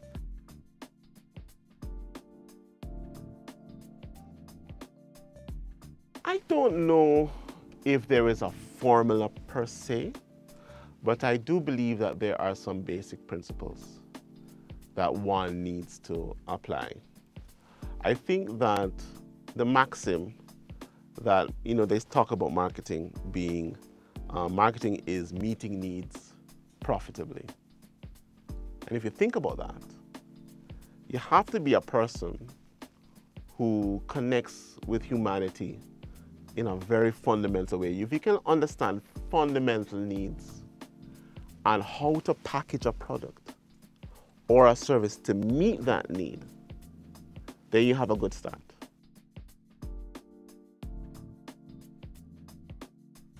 I define success as achieving your personal potential, which means that success is not really possible if you don't know yourself.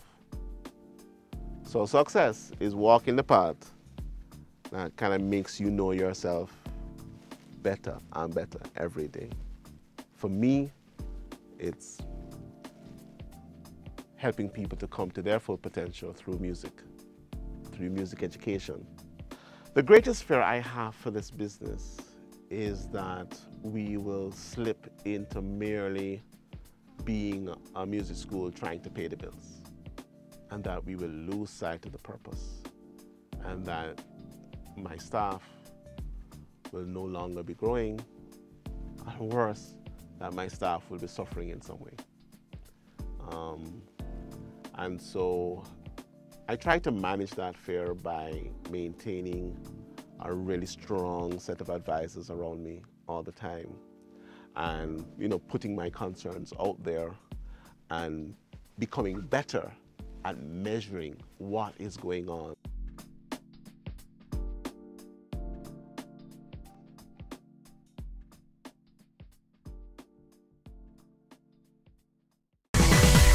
Having a corporate event, seminar, awards show, conference, product launch, workshop or expo? Business Access TV is here to showcase your event. Contact our sales department at 908-0919, 906-6357 or 908-2775 for more information. Business Access TV, serious about business.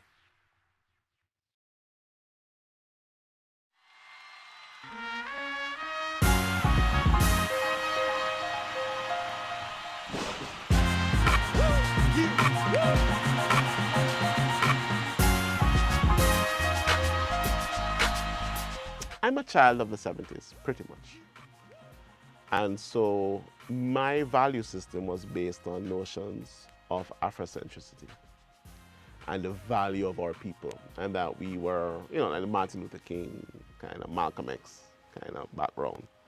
And so I got convinced really early that our people needed to be lifted up. Now that has kind of been transformed into a concept of I need to leave the place better than I found it.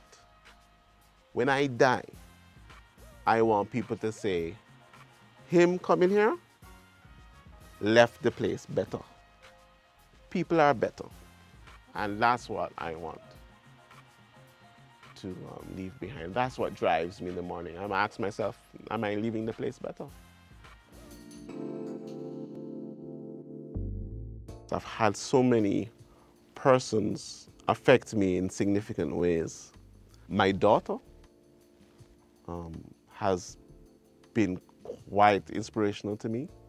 From she was 5, she built out of a shoebox a building for the business that we were building.